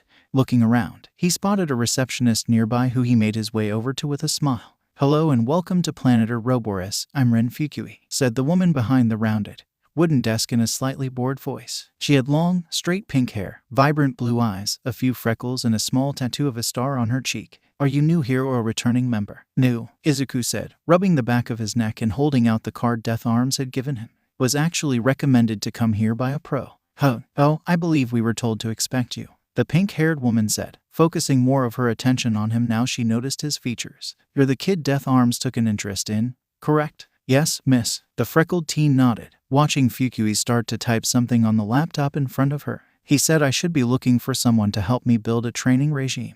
Right, we were informed of the story, at least part of it. You're a late bloomer, she asked, making the teen nod again. She let out a small hum, before tapping a final key on her keyboard and looking up with a smile. Well, good news. If you go into the gym now, there should be a man in there. Bald head, lean figure, kinda tall. Should be wearing all yellow clothing. He's called a Kiyoseki. Best trainer we have, should be free right now. If you go in and find him, he should be able to help you build a regime that will work for you. Thank you. Will I need to pay for anything? He asked, only for the receptionist to shake her head. Don't worry about payment. We believe in putting people's health first, so we make money in other ways so anyone can come inside and try to become their best selves. Fukui explained, sounding like she was reading from a script. I can't tell you how long Seki will be in there for, so you better go. Right, thank you, Izuku said, waving and hurrying off into the main gym section of the building. It was fairly sparse overall. Not many people currently inside, and it didn't take long for Izuku to spot Seki near the back, counting some weights. He made his way over nervously, eyes widening slightly when he realized that the weights the man clad in a yellow shirt were moving around were listed as weighing over 600 kilograms. Yet he was lifting them as if they were as light as feathers. Must have some sort of super strength quirk. Excuse me, are you Seki? He asked, grabbing the man's attention, who stood up, revealing himself to be almost half a foot taller than Izuku. He had a perpetually bored look on his face, raising a brow. Yeah, can I help you, kid? He asked curiously. Don't think I've seen you here before. Then again, I'm not great with faces. Well, I've not been here before. I actually got recommended to come here by Death Arms, he said, watching recognition spark into the man's eyes. The green hair. You're the kid who was meant to be quirkless but turned out not to be, right? The bald man asked, making Izuku nod. I'm guessing you're looking for a trainer then? Yes, sir. The receptionist said I should come to you. Well, kid, I'd still say you should go talk to some of the other trainers as well. We all have our own styles, and some trainers work better for certain people than others. Still, based on what I can see in front of me, I think I could make you a basic plan to start you off in the meantime, Seki said, putting a hand to his chin. I'm just going to ask you a few things first. That was how Izuku spent his next 10 minutes, answering various questions about things such as his diet and his weight, eventually also being asked to lift a few weights for Seki so the man could see what he was capable of. By the end of it all, he was leading Izuku over to a part of the wall with a holder for pamphlets and such, taking out a sheet of paper and showing it to Izuku. Alright, kid, outside the gym, you'll follow this plan. 100 push-ups, 100 sit-ups, 100 squats, and a 10-kilometer run every single day, Seki said seriously, fixing Izuku with his first look that wasn't just some variation on boredom. And don't forget to drink plenty of juice. Alright, so intense. Aside from that, if you return here for the next few days, we can see if any of the other trainers work better for you. I'll go add you to our list of members, the man said, before looking around and pointing over to a white-haired boy with massive white eyelashes that had black lines either side. He was wearing a white tank top and shorts, along with some worse-for-wear trainers. Perfect. See that kid over there? He's one of our regulars. Should be able to help you get started on some basic exercises while I go deal with this. Just go ask him. He's a friendly guy. Okay, thank Izuku didn't finish before the trainer had already taken off, disappearing through the room. You. Okay then. Shaking his head, he turned to the white-haired boy and made his way over, careful not to get too close while he was doing bench presses. After a couple moments, he spotted Izuku and finished up, getting up clearly with a bit of sweat. Yo, you need something, bro? Yeah, sorry. Didn't want to startle you or something while you had that above your head, Izuku said, nervously scratching the back of his head with a grin. The white-haired teen just gave him a grin and a thumbs up. No prob, bro. Most people don't think about that, though I'd have been okay anyways. The teen laughed, suddenly turning his body into solid steel for a moment. Can just do this if I'm in trouble. Tetsu, by the way. What's your name, bro? Oh, I'm Izuku Midoriya. Seki said you could help me find a place to start. I'm new to this all. The green-haired boy chuckled nervously, only to get a toothy smile from Tetsu. I can tell, bro. No offense, but you don't exactly look like the kind of guy who'd come to a place like this often. So what you here for anyways? The steel teen wondered, crossing his arms with a curious look. Oh, well, I'm looking to get stronger because of my quirk, Izuku explained simply. Your quirk? Yeah, it makes me 50 times stronger and faster, but I want to go to UA. So I want to be as strong as I can possibly be, he explained, getting an odd look from the boy in front of him. Well, first, awesome. I'm aiming for UA, myself. But bro, if you're wanting to get into UA, why only start training now? I mean, we've only got like 9 months until the entrance exam. Oh, well, I was quirkless. And my mother was threatened by a villain and I suddenly ended up with an insanely powerful quirk that I had no preparation for. Kinda sorta destroyed the place I unlocked as well with the lightning storm it made roll in. There was a beat of silence as Tetsu just stared at him. Right. Next thing you're gonna tell me, bro, is that some alternate version of you is watching us on a television in another universe or something. Is he legally required to drop the word bro into every sentence or something? Izuku wondered internally before just laughing nervously. I know it sounds odd, but I'm being serious. I just don't know where to start. Well, alright, bro. You sound like you got a similar goal as me, so I'll show you where I started. Tetsu said cheerfully, walking over to where there was an empty section of the gym with a few mirrors and a few dumbbells nearby. I can show you a few basic exercises, plus get you started on some lightweight lifting. I'm slightly worried what this gym considers light with what I saw Seki lifting," Izuku muttered, getting a laugh from the steel teen. "Oh, don't worry about him, bro. He's in a league of his own. Still can't believe a quirkless dude is that strong." "Wait, what?" "Yeah, dude. Seki says he's completely powerless. Almost no one believes him cause look at the stuff the guy can lift. But he's just a normal dude. Gotta respect him for what he's capable of." "Why, yeah." Suddenly, Izuku was certain of who he wanted his trainer to be. It was almost 2 months after Izuku finally started his training when Bakugo finally tried to take revenge for the broken fist he'd gained punching Izuku in the face when he'd revealed his super state to the class. Things had been going great so far on the training front, Izuku having ultimately ended up with Seki as his trainer like he wanted. There had been a week where he had cycled through a few trainers, but the man had turned out to be a perfect fit for Izuku. He was now working under a more personalized training regime in and out of the gym, and it was going well so far. He'd also found himself bumping into Tetsu rather often. The two didn't exactly talk too much, as they usually had other stuff to focus on, but they did occasionally make small talk and always tried to greet each other and say goodbye whenever they could. He'd also started those self-defense lessons he'd been looking at, finding that now that he had a quirk, the experience was a lot simpler and even pleasant. Still, there was only so much he really had to learn from that class that could be applied to his quirk, but at least now he could apply some basic skills to it moving forward. The only days Izuku didn't go to the gym were Sundays such as this one, so that he could spend time with his mother and rest, as well as occasionally put more focus onto his actual quirk. All he'd really done so far was simply try to spend as long as possible maintaining the form each time, keeping it going for as long as possible. His record so far had been 6 hours, though he'd essentially ended up sleeping through the next 24 hours after that and had not enjoyed the feeling of constant anger going for so long. Whenever it was a Sunday, Izuku would take the scenic route home from his extracurricular classes he'd chosen to start partaking in. Now he didn't have to worry about bullies around every corner. There was no real reason to him going this route every time.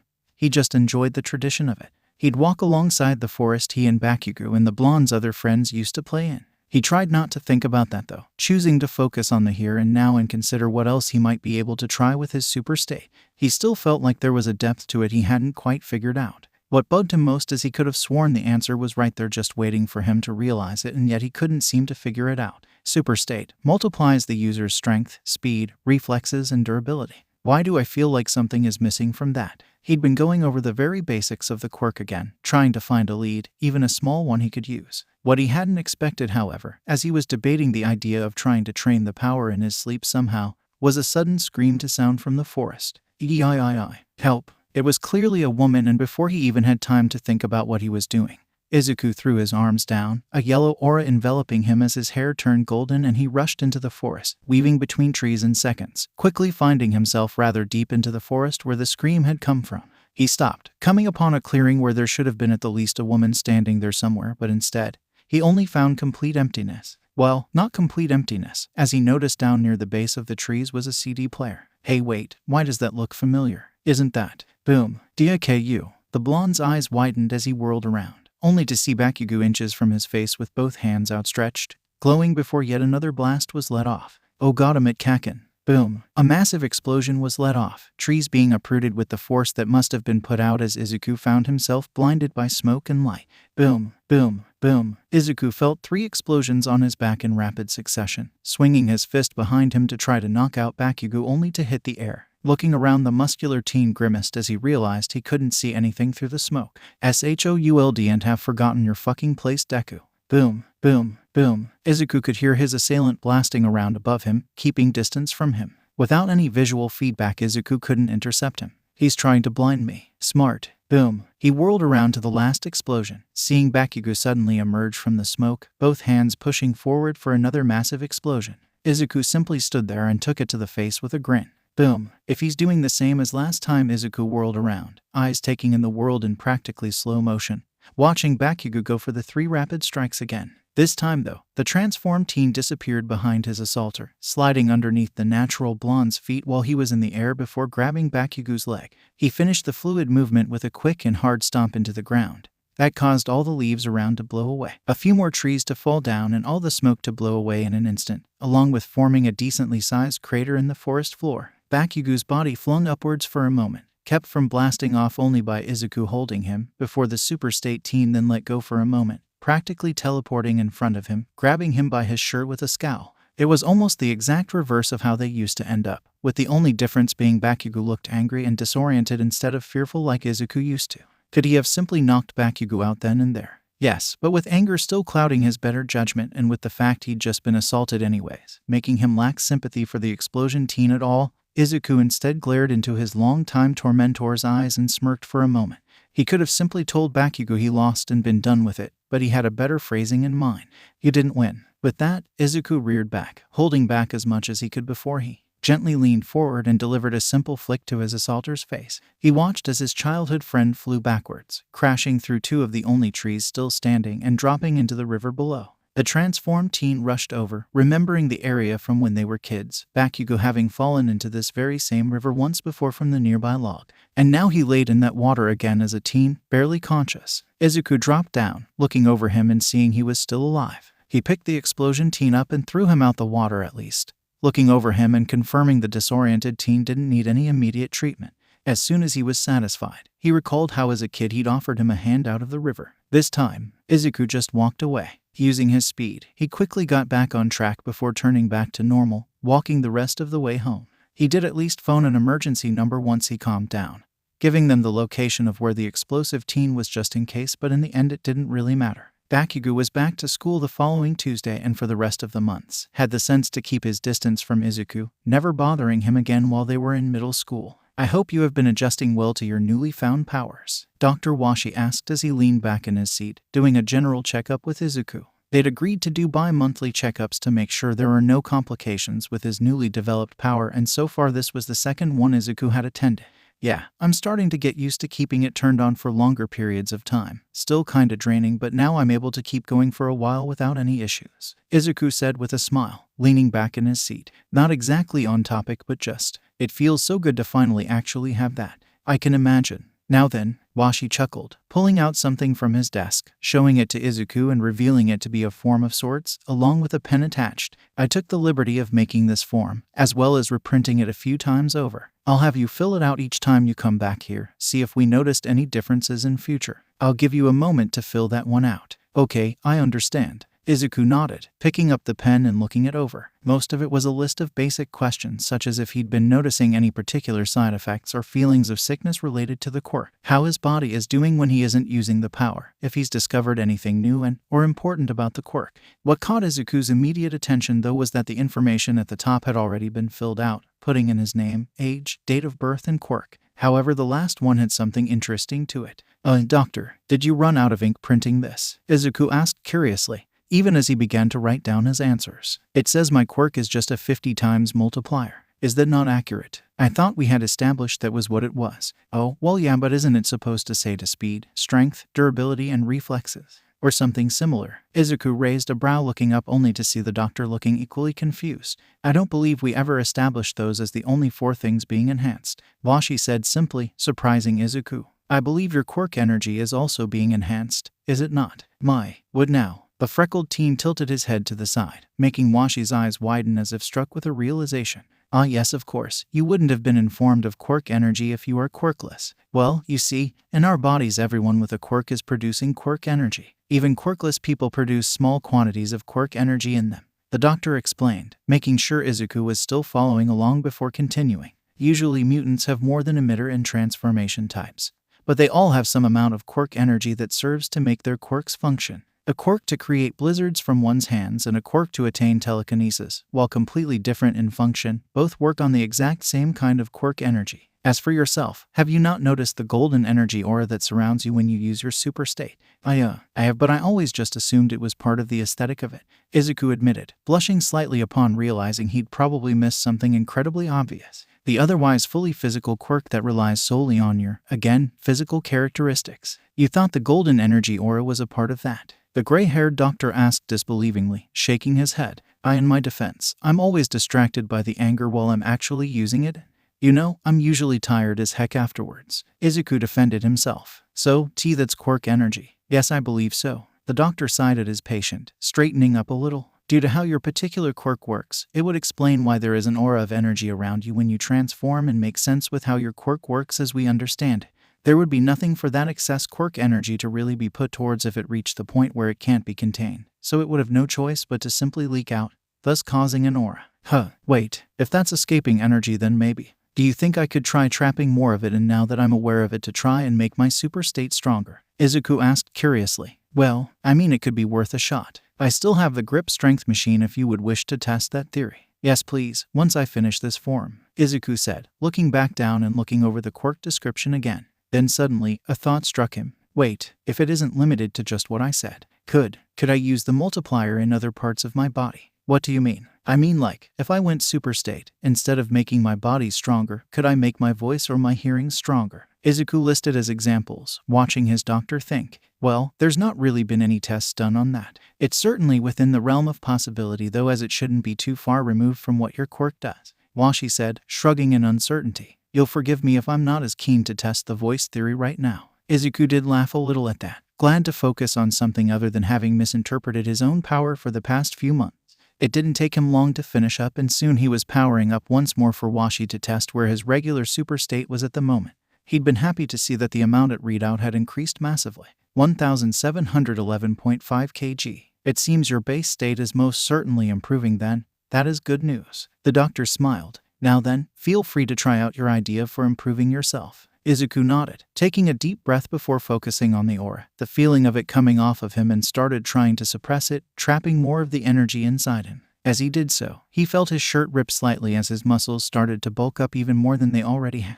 He wasn't able to contain all the energy, only some of it, but it was still a start as he looked down at himself. Whoa, it seems to be working. Washi cheered with a grin. Try the machine. Let's see if it has improved your strength. The green-haired teen nodded, doing as he was told and gripping the machine tight.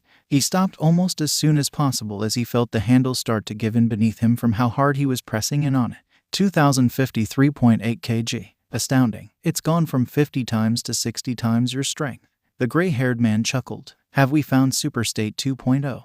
No, it doesn't really feel like that's right. Izuku frowned, balling one of his fists. This doesn't feel like a complete advancement. Oh, and what makes you say that? Washi asks curiously, leaning back in his chair. Well, despite becoming more muscly in super state, I usually feel light, not really any different from my normal weight. Now though, I feel heavier, weighed down, Izuku explained, before shaking his head and powering down, looking up to his doctor. If anything it feels more like a 1.2 HM. Well, we could always refer to it in grades then. We could call the initial form grade 1 and this new version grade 2, and we can add more grades in if we need to. Izuku smiled, nodding his head with a small grin. That works. Either way, I am pretty happy to have a new trick now. It was now the 6th month of training and Izuku was at Dagaba once more, testing his theory over the multiplier. It was the second time he was trying this out, having already tried training like this once before but having no real luck. He dealt with the trash as soon as he arrived, and once that was done, he'd walked off to an empty section of the beach to start trying again. What he was focusing on was trying to use the multiplier on his voice, as that would be the first thing he could think of that he should have been able to tell if and when it was working. He'd practiced for 4 hours the last time he was here, yet finding no real progress was being made, and now he'd wasted another 2 hours trying to force his voice into increasing. Clearly, if this was possible, he was missing something. With a sigh, he dropped out of his super state and dropped down on the sand, catching his breath. He could feel something every time he made an attempt, something inside him trying to do as he wanted, but it never succeeded.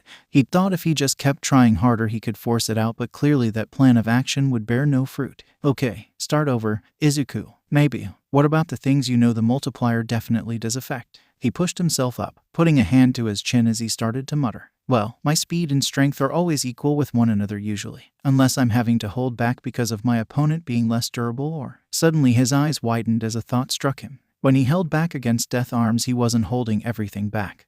Only certain things such as his strength. He'd never once changed his durability during that fight. If he was able to hold back on specific things such as strength then, I wonder, well, it's worth a shot. He threw his arms down, exploding into golden light and taking a deep breath, looking straight ahead. He tried once more to force his voice into being stronger. Testing. Still, it was normal volume, but he could feel that sensation inside him that something was happening when he tried. Now ready to test his new theory, he focused on holding back first, draining his super strength away. Then, he tried his voice once more. Testing. Suddenly, a shockwave ripped forth from his voice. Izuku's eyes widened as he watched the sand kick up into a dust storm in front of him, half the trash ahead of him scattering all around the beach and making the place ever messier than it used to be. Izuku let the power die off, putting it back into his arms as he gaped at the mess. He had expected to be louder, not to suddenly let out a super scream attack.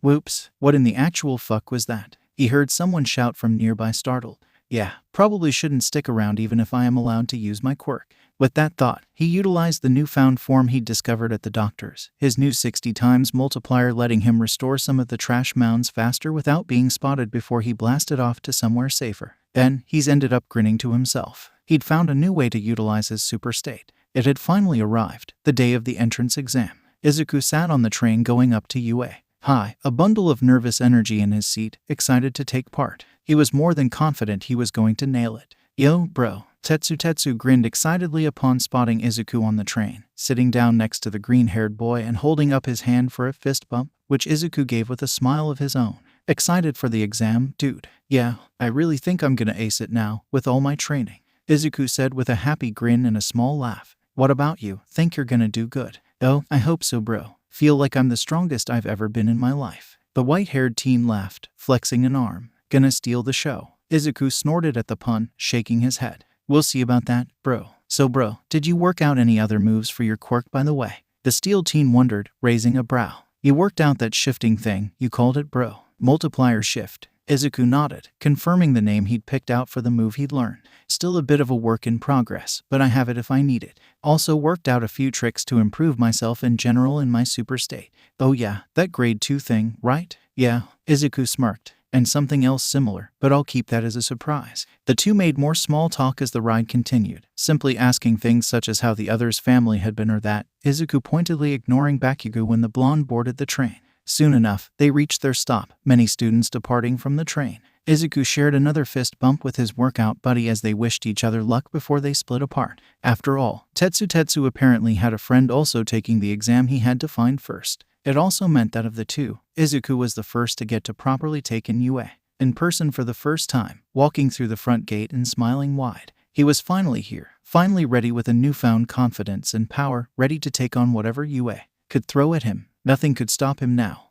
Except for the crack in the ground his foot got caught inside. That did a good job at defeating him and causing him to nearly face plant with the ground. Instinctively right as he saw the cement coming, he activated his super state, but he never got a chance to do more than that as suddenly he was stopped in the middle of the air, floating as he felt a hand on his back. H-ho. Suddenly, he was set back on his feet and he felt his weight return to him, looking around to see a girl with medium-length brown hair, long bangs, a small blush on her cheeks and pretty chocolate brown eyes smiling slightly sheepishly at him. Hey, are you okay? She asked, rubbing the back of her neck and closing her eyes, tilting her head to the side. Sorry I used my quirk, but I figured you wouldn't mind me catching you. Izuku didn't answer, too stunned by how pretty and adorable she looked in one move. So adorable in fact, he could only blink as his super state dropped, completely disarmed.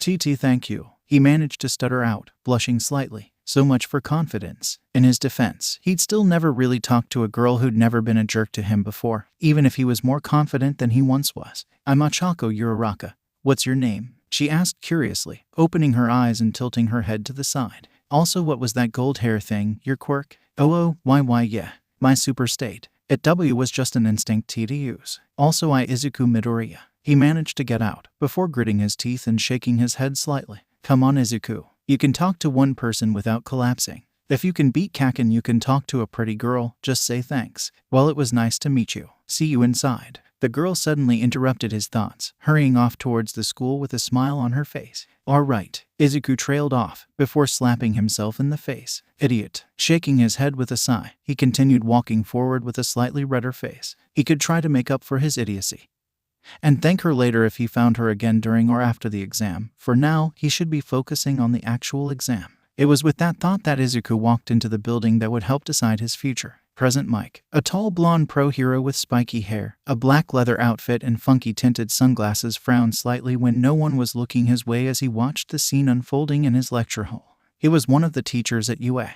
High, and he'd been assigned to explaining to the new potential candidates for the hero course that year how the entrance exam they were taking part in would be scored. The written exam had been easy to explain. and it had gone off without a hitch. There was that one meek-looking green-haired kid near the middle of one of the back rows who was muttering to himself, but it was quiet enough that the pro saw no reason to interfere with the likely nervous habit, not wanting to unnecessarily psyche out someone who might pass otherwise. After all, he was well aware of the old adage, never judge a book by its cover. Plus the muttering seemed to not be causing any harm to anyone else either, so as long as he cut it out when the written exam began, there would be no need for calling it out. Apparently one kid disagreed, however, finally snapping in the middle of the pro's explanation of the practical exam. The teacher had been in the midst of explaining how there were small 1-point robots, larger 2 points, and giant 3-point robots that's power grew with their point values they would be destroying to earn points. The student, a tall blue-haired student who introduced himself as Tenya, had shot up from his seat demanding an explanation as to why the UA pamphlet explaining the exam listed a 4th type of robot, as well as turning and yelling at the muttering boy to leave if he couldn't take the exam seriously. Now listeners, let's not be getting too harsh on one another's styles, ya dig? I'm sure more than one of you are stressing the hazel out, but try not turn on each other now just cause you get different ways of coping, you feel me? He didn't wait for an answer before continuing. Great amundo. Now then, my tall little listener, you got one thing right. We ain't got to talking about the 0-pointer yet. There's not too much to say though about it. Like the name implies, you get no points from taking it on, so think of it like an obstacle you got to avoid. Now then, you all have your tests in front of you. Let's get this written exam started. A plain-looking woman with long brunette hair, pink glasses, and a kind face walked up to the podium. When you're done, or when an hour has passed, you'll be bringing the tests down to Ms. Mai here. She'll tell you where to go to get ready for the practical after that. Good day and good luck, listeners. Before I go though, let's hear your enthusiasm one more time for trying to get into our fine school. Are you ready? To ch. Hate it when they're quiet, Mike thought to himself, turning around and leaving. As he did though, he spared one glance back towards the muttering kid. He looked embarrassed but seemed to have recovered from the Edda kid's berating. Mike hummed to himself as he left. He wasn't sure why, but he had a feeling that kid had more to him than he could see at first glance. He'd be sure to keep an eye on him during the practical portion for sure. For now though, he memorized the student's position in the crowd and mentally searched through the backlog in his mind for student IDs to figure out who would be sitting there. He finally realized it would have been an Aldera middle school student just as he reached the viewing room where the rest of the staff lay in wait, excited for the practical portion of the exam soon. Ah, present Mike. Good. That means it shouldn't be more than an hour now until the judging will commence. A small bear-mouse hybrid thing known as Nazu, the principal of UA, said gleefully as his head popped out the capture scarf of one of Mike's co-workers. The scarf belonged to a scruffy black-haired hobo-looking teacher known amongst heroes as Eraserhead. To the staff he was Shota Aizawa. None of the kids caused trouble. A pro with a mask over his face and an odd Western-inspired outfit asked, inspecting an unloaded pistol in his hands. He was known as Snipe. I saw on one of them their security cameras that one kid bolting up in the middle of your speech. Oh, it was no problem, present Mike assured, walking over to the side of the room with student files, waving away the issue as he began his search. He just had some questions I was happy to answer for the little listener. If he gets in though, he might need to learn to loosen up a little. Think he spooked one of the other contestants? Or got on their nerves? Maybe both. Huh, what are you looking for over there? A space suit wearing pro known as 13 asked curiously. A cloning pro with exposed teeth and a black dome and trench coat known as Ectoplasm beside her also voiced his curiosity. Ah, just this one kid that caught my eye sitting in Aldera's section. Something about him is just jumping out at me, making me curious. Mike, chances are there are 100 quirks that could make someone have you focus on them more than usual. I doubt it means much. Aizawa spoke up, bored, seemingly disinterested. Aldera, their newest member of staff, a skinny blonde man with shaggy hair and a lanky figure, muttered to himself in thought, frowning. What only the people present in that room knew was that that man, known to everyone else as Toshinori Yagi, was in reality All Might himself, the #1 hero around the world. That is in Musutafu, is it not? Yeah, I think. Why? Present Mike shrugged. Nothing. It's probably just a coincidence. The blonde waved it away. Okay. Well anyways, Aizawa, I doubt it's a quirk. Doesn't feel like a quirk. It's more like there's something about him compared to the students in general. He feels different, like he's got a totally different attitude and everything. Besides, we've got to pass an hour anyways, so why not look into it? Fine, but if you find nothing interesting you will have to entertain the rest of us until the practical exam starts. The scruffy pro sighed. The blonde smirked. No problem, Chief. I don't doubt my gut, so I bet I can find something. Present Mike chuckled, looking through the files, humming to himself. Not him. He's going for business course. He's in support. Definitely not her or her. Not him. Ah, here we go. Looks like there's only 2 hero course applicants from that school. Both are marked down as high-profile students. Let's see. This Katsuki Bakugo guy doesn't look anything like him, so no one. Here we go, I found him. Everyone leaned in, admittedly curious from the show present Mike was putting on. All Might took a sip of his water, looking around and wondering if this is what it was always like. His name is Izuku Midoriya. Toshinori froze up for a moment, guilt and worry passing by his blue eyes. Unbeknownst to anyone, he was wondering what the kid was planning, a part of him feeling guilty over how he had once treated the boy. He considered telling the others as he drank more water, trying to refresh himself when. And his quirk is listed as Superstate. Suddenly, water was everywhere as the skinny man coughed violently, before looking up shell-shocked. What? Everyone looked at him as he recovered while looking down. Midnight raised a brow. Geez, All Might. What? He accidentally found out the name of your quirk or something. Hardly, the man defended, waving an arm before looking down again, and frowning. I think I may know what this is about. Nezu spoke up, after jumping from Aizawa to present Mike to inspect the folder himself. You were in Musutafu about 10 months ago, right? Yes, sir, I was. And I met young Midoriya. That drew some attention, especially at the look of somber guilt on his face. I rescued him from a villain that had been attacking. Turned out he was quite the fanboy. And he ended up grabbing onto me to ask a question. So he's not exactly rational. Aizawa grumbled disapprovingly. Midnight hummed. Or he just has spunk. Idiotic spunk. Describing your nightly escapades, Shota. So, All Might, what warranted the shocked reaction? He asked if he could be a hero. If I thought it was possible he could make it into UA. At the time, however, he told me he was quirkless. All Might frowned. He lied. 13 asked, confused. Not at all. Says here he only discovered it 10 months ago. In fact, it would be a week from now today, but 10 months prior, that it would have been unlocked. It even says it's a high-ranking quirk in terms of power, enough that he was put on one of those special training regiments.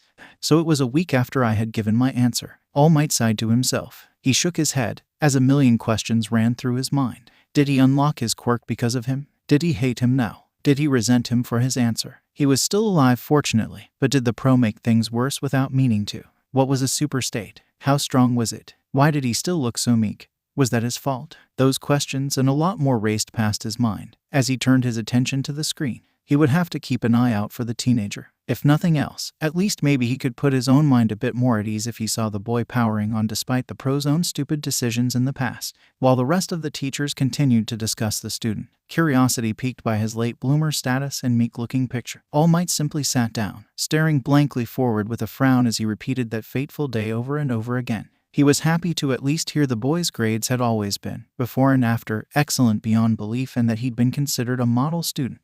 There were notes of altered grades which concerned the pro, yet it was chalked up to bad teaching practices. With a sigh, the blonde turned his gaze briefly to the one security camera monitoring the written exam lecture hall. Perhaps it was selfish, perhaps he had no right to think something like this, but nonetheless it went through his mind as he sat waiting for the real exam to begin. Young Midoriya, I hope you pass, for your sake and for my own peace of mind. Izuku didn't like focusing on negativity. Usually his old coping mechanism for bullying would be trying to forget all about it until he could no longer ignore it whenever he was growing up. Facing the issues usually meant more negativity and more chance for pain, so casting them aside always seemed like the best way to minimize the negativity. At least, that's how he always saw it. Now though, he couldn't do that. He knew he'd need to hold on to any negative thoughts he could, just to be safe so that the second the practical exam started he could definitely go into his super state right away. Sure, as far as he knew he'd never needed to be truly angry before transforming aside from his initial transformation.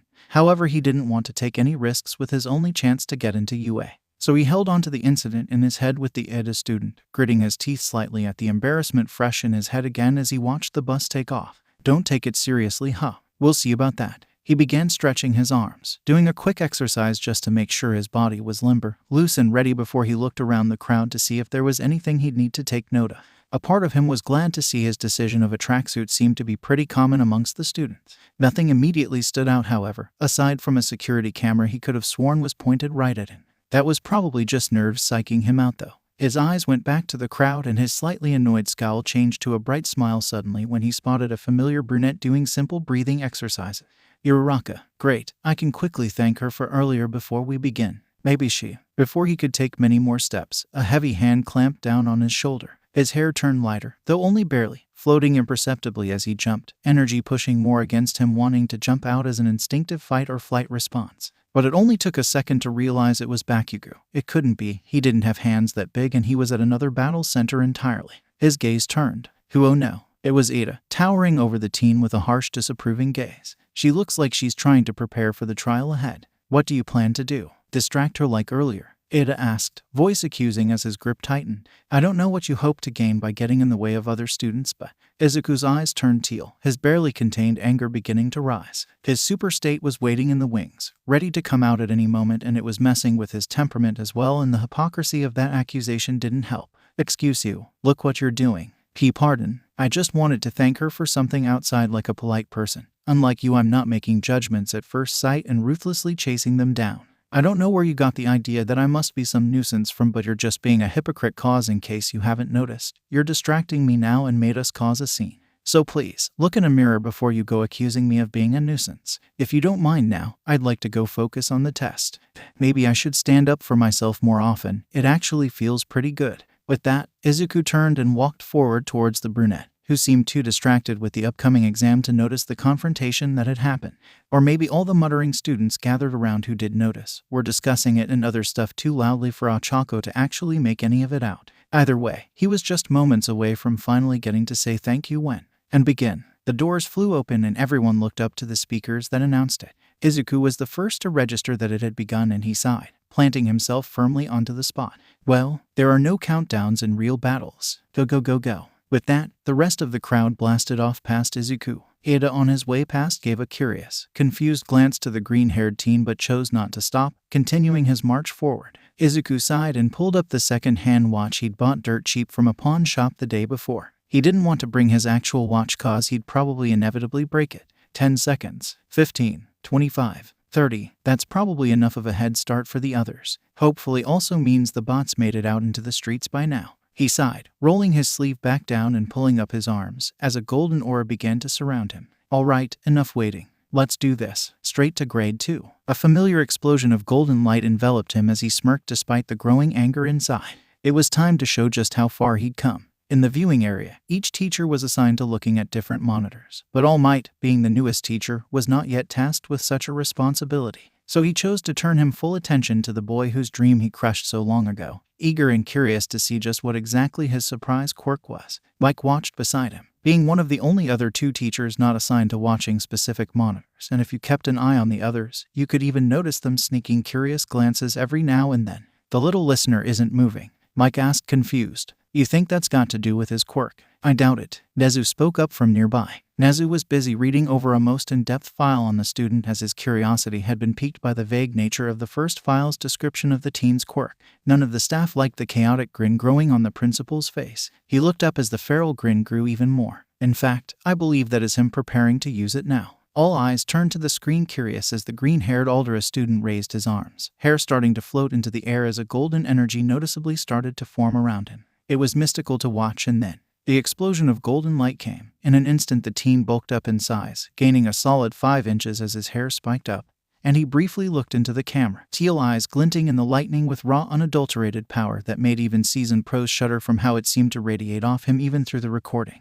Aura crackling with golden energy. It took less than 3 seconds for the pin to drop and all eyes to look towards a gaping All Might. It took him a few moments to recover from his own shocked state and notice the stares, flushing slightly and waving frantically. Hugh quit it with the accusing looks. I assure you this is some insane bizarre coincidence. I do not know why young Midoriya looks like me, but there is nothing more to it. Nezu started cackling and all eyes turned back to the screen. 1 second, the teen was standing there, at the lowest point on the leaderboard. The next second he was gone and his rank was beginning to rapidly climb.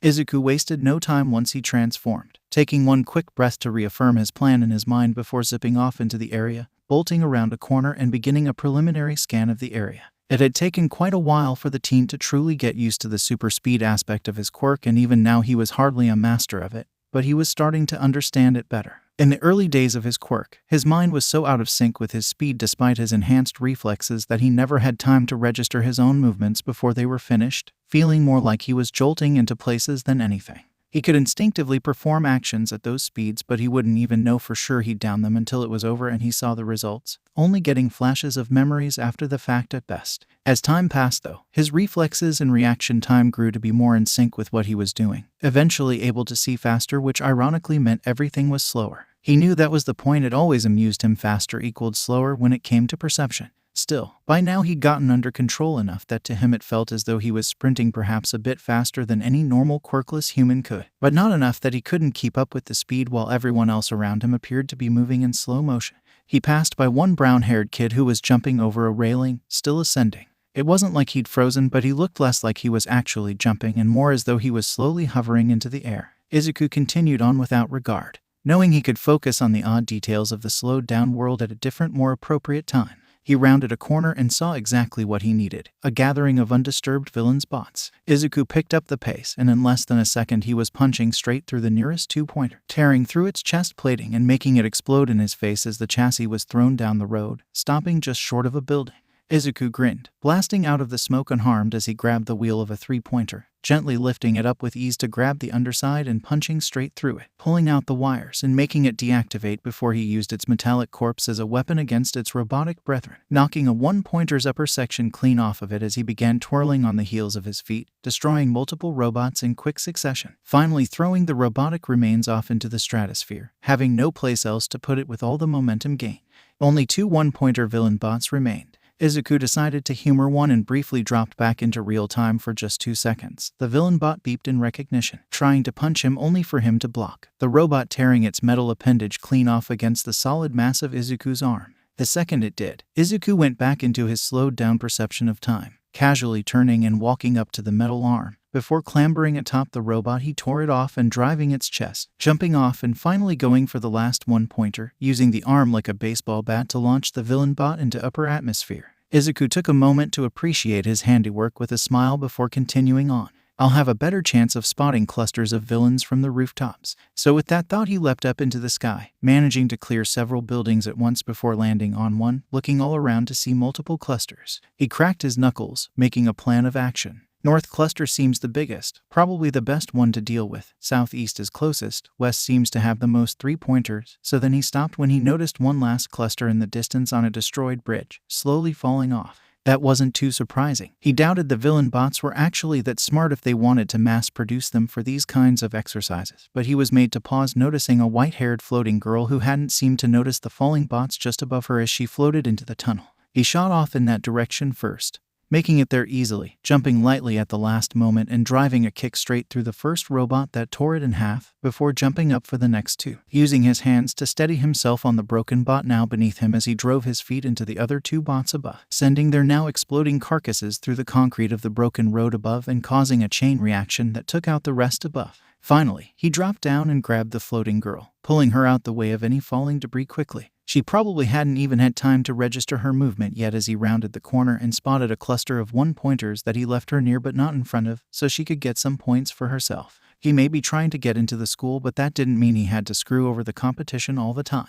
His next move was to take off towards the closest cluster from before, rounding a corner just in time to see he wasn't the only one who had spotted it. Ida was running towards them as well. Credit where credit was due. The teen could move fast as hell when he wanted to, as even with Izuku's slowed-down perception of time, Ida seemed to be moving almost at a normal walking pace despite his pose clearly indicating he was running. It was then Izuku noticed the flames and engines sticking out his legs. So that's his quirk. He looked up, only to see a somewhat slower missile flying at the blue-haired teen. As much as a petty part of the still angry transformed teen wanted to let the likely non-lethal missile hit him dead on, he'd never actually do that, rushing in to grab it and redirecting the missile's course gently, causing it to turn and go flying back towards the robots. It would destroy a few, netting him some points while still leaving some for Ida if his plan worked. With that set up, he continued on his way, heading next for the north cluster as he moved in an arc motion. Along the way, he passed by a few other students. There was nothing really remarkable to comment on with them, and he left the ones already engaged in combat,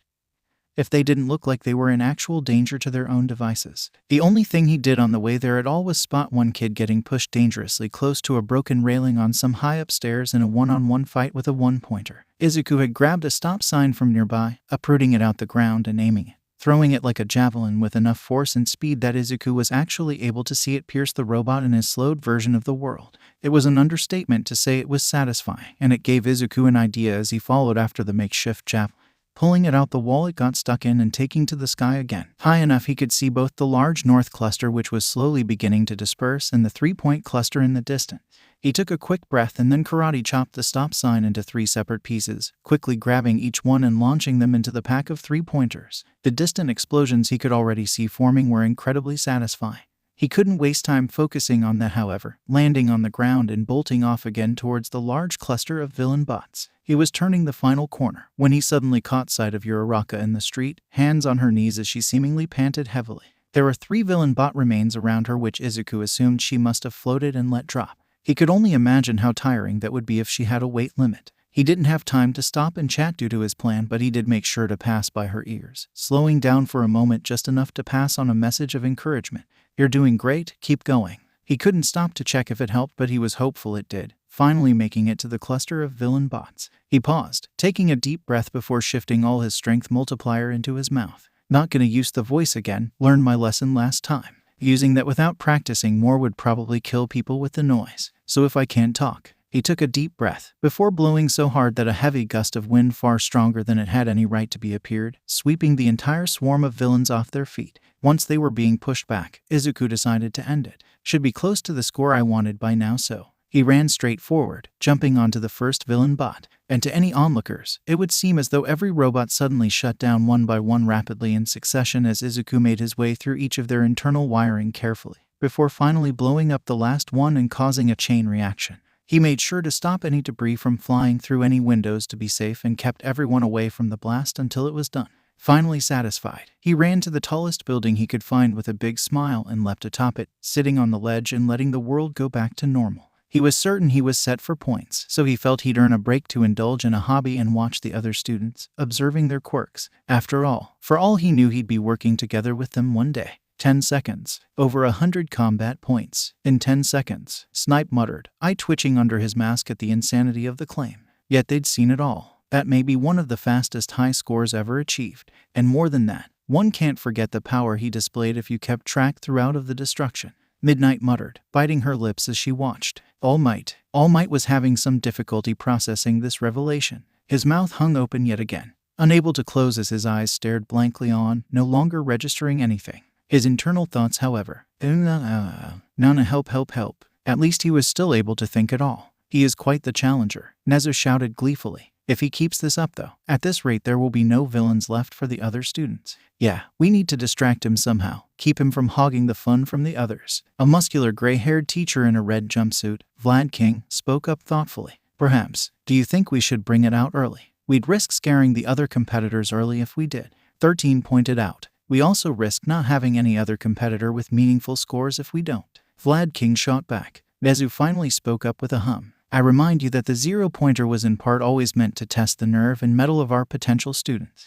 The timing of it does not make enough of a difference to me in its original purpose. Plus, I am quite eager to test some theories now. All Might, when you were Mr. Midoriya's age, how long would you estimate it would have taken you to destroy our lovely 0-pointer? It took a moment for the number 1 pro to register that he'd been asked a question, and once he did, he quickly shook his head before putting a hand to his chin and thought with a frown. When I was the kid's age, from the second it showed up, maybe 8, 10 seconds, 15 including patrols and looking for civilians. Good to know. In that case, Present Mike, if you would please do the honors. The blonde grinned nervously at the principal, giving a thumbs up as he pressed a large button on a control panel. Izuku was standing cross-armed, looking down to the streets below with a critical gaze, watching every student go by and make their moves. It was interesting to see the wide variety of quirks all competing at once, and he had to fight to maintain his superstate at the joy knowing he was part of it brought him. He managed to cling on though, smiling as he considered joining back in the fray in a more playful manner, perhaps restricting his speed when suddenly, all thoughts of his were cut off by the deafening rumbling sound that ripped through the area. A giant shadow cast over an area of the city nearby, and the building Izuku was standing on suddenly shook. He ran to the other edge, curious, and his eyes went wide at seeing the 0-pointer. Obstacle was hardly how he'd described the 30-foot behemoth of a villain. Without missing a beat, he immediately used his faster reaction time again, not willing to risk letting the thing make any moves he couldn't see coming. Yet he'd be lying if he said a part of him hadn't just lit up with an insane amount of excitement despite the situation. He was hardly pressed for points, so he didn't need to focus on dealing with that. A quick scan of the area revealed no one seemed to be in the villain bot's path of destruction yet, leaving Izuku to race down the stairs of the building, getting to the ground as quickly as possible to take stock of the situation from below, glad to see his assessment was right. Excitement continued to rise. No potential casualties, no property damage that wasn't already inevitable, no points he had to worry about, plenty of time left on the clock, and presumably, this was the strongest villain of the bunch, perfect for some quick quirk testing. With a smile slowly ripping onto his face, Izuku bolted forward, leaping up onto one of the villain's arms and landing carefully, walking up to the chest and poking it. He was suddenly super glad the street behind it was gigantic as it went sailing backwards, stopping in the middle of the street but not too far from a few buildings. Izuku, beginning to fall through the air, aimed for a rooftop before taking off the second he landed, making it back to the robot and spotting he'd made a hole in the 0-pointer. Still not durable enough to withstand my quirk then.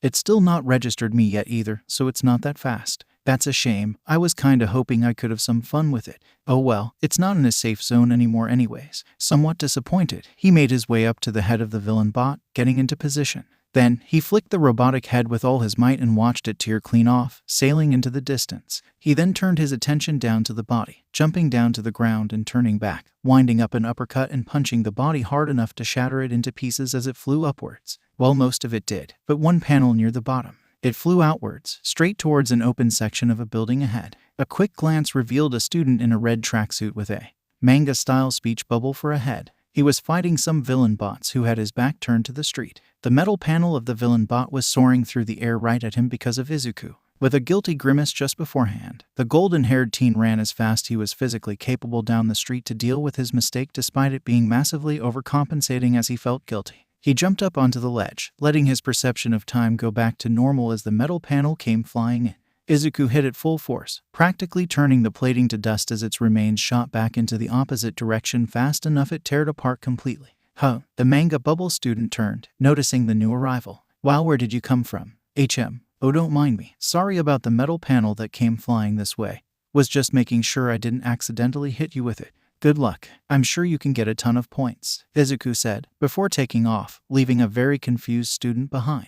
Sure, they were all Izuku's competition, but he hardly felt like being competitive when he could be encouraging. Might even give him a fun way to pass time if he had nothing better to do. Or maybe he'd just nap on a rooftop. He honestly had no idea. He just needed to pass time now until the exam ended. In the viewing area, everyone's jaws were suitably dropped. I think you were right, Mike. That kid is different. Ectoplasm muttered under his breath at what they'd just witnessed. They'd seen the 0-pointer been destroyed a bunch before, but never so effortlessly by a single student on their first try, and certainly never this early on. The teen didn't even appear to be fazed by it all, simply taking to another rooftop and looking around for whatever came next. How fast was he? All Might asked quietly, almost afraid to hear the answer. Nezu's eyes glinted, having calculated the whole time. From the moment it appeared, he beat it in 7 seconds, a single second faster than your claimed time. That was even more of a sobering thought for them all. Who the hell was this kid? All Might again weakly glared back at the few glances he got. Stop staring at me like that. I know what you're thinking, and it is not the case. Hard to believe, but fine.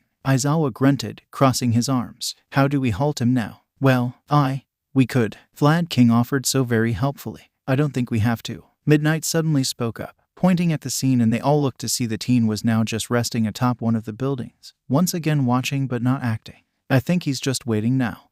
Dang, All Might's kid is weird, Present Mike said after a moment. He is not my child. Don't believe you. Midnight spoke up. They couldn't afford to bicker more over it, however, as they still had many other students to assess. They agreed they'd go over the slow-motion camera playbacks later to judge the odd, almost definitely guaranteed hero course student.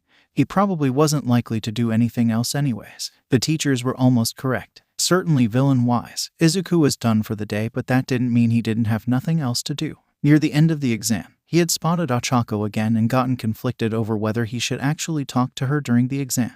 The earlier encouragement was a different scenario, but actually talking to her in the middle of the exam seemed like a bad move. A part of him hated himself for being this indecisive over something as simple as talking to a girl. He was finally learning to be more confident since finding his quirk. He was even managing to stand up to bullies and people like that a kid. So why couldn't he just do this one damn simple thing? With some further deliberation, he'd finally figured out his solution in the final 20 seconds of the exam. When no one had been looking, he bolted, looking everywhere he could for a pen and some paper. Fortunately, he didn't have to search long to find some and write down what he wanted to. He still felt like he should have been able to face her after talking to her earlier.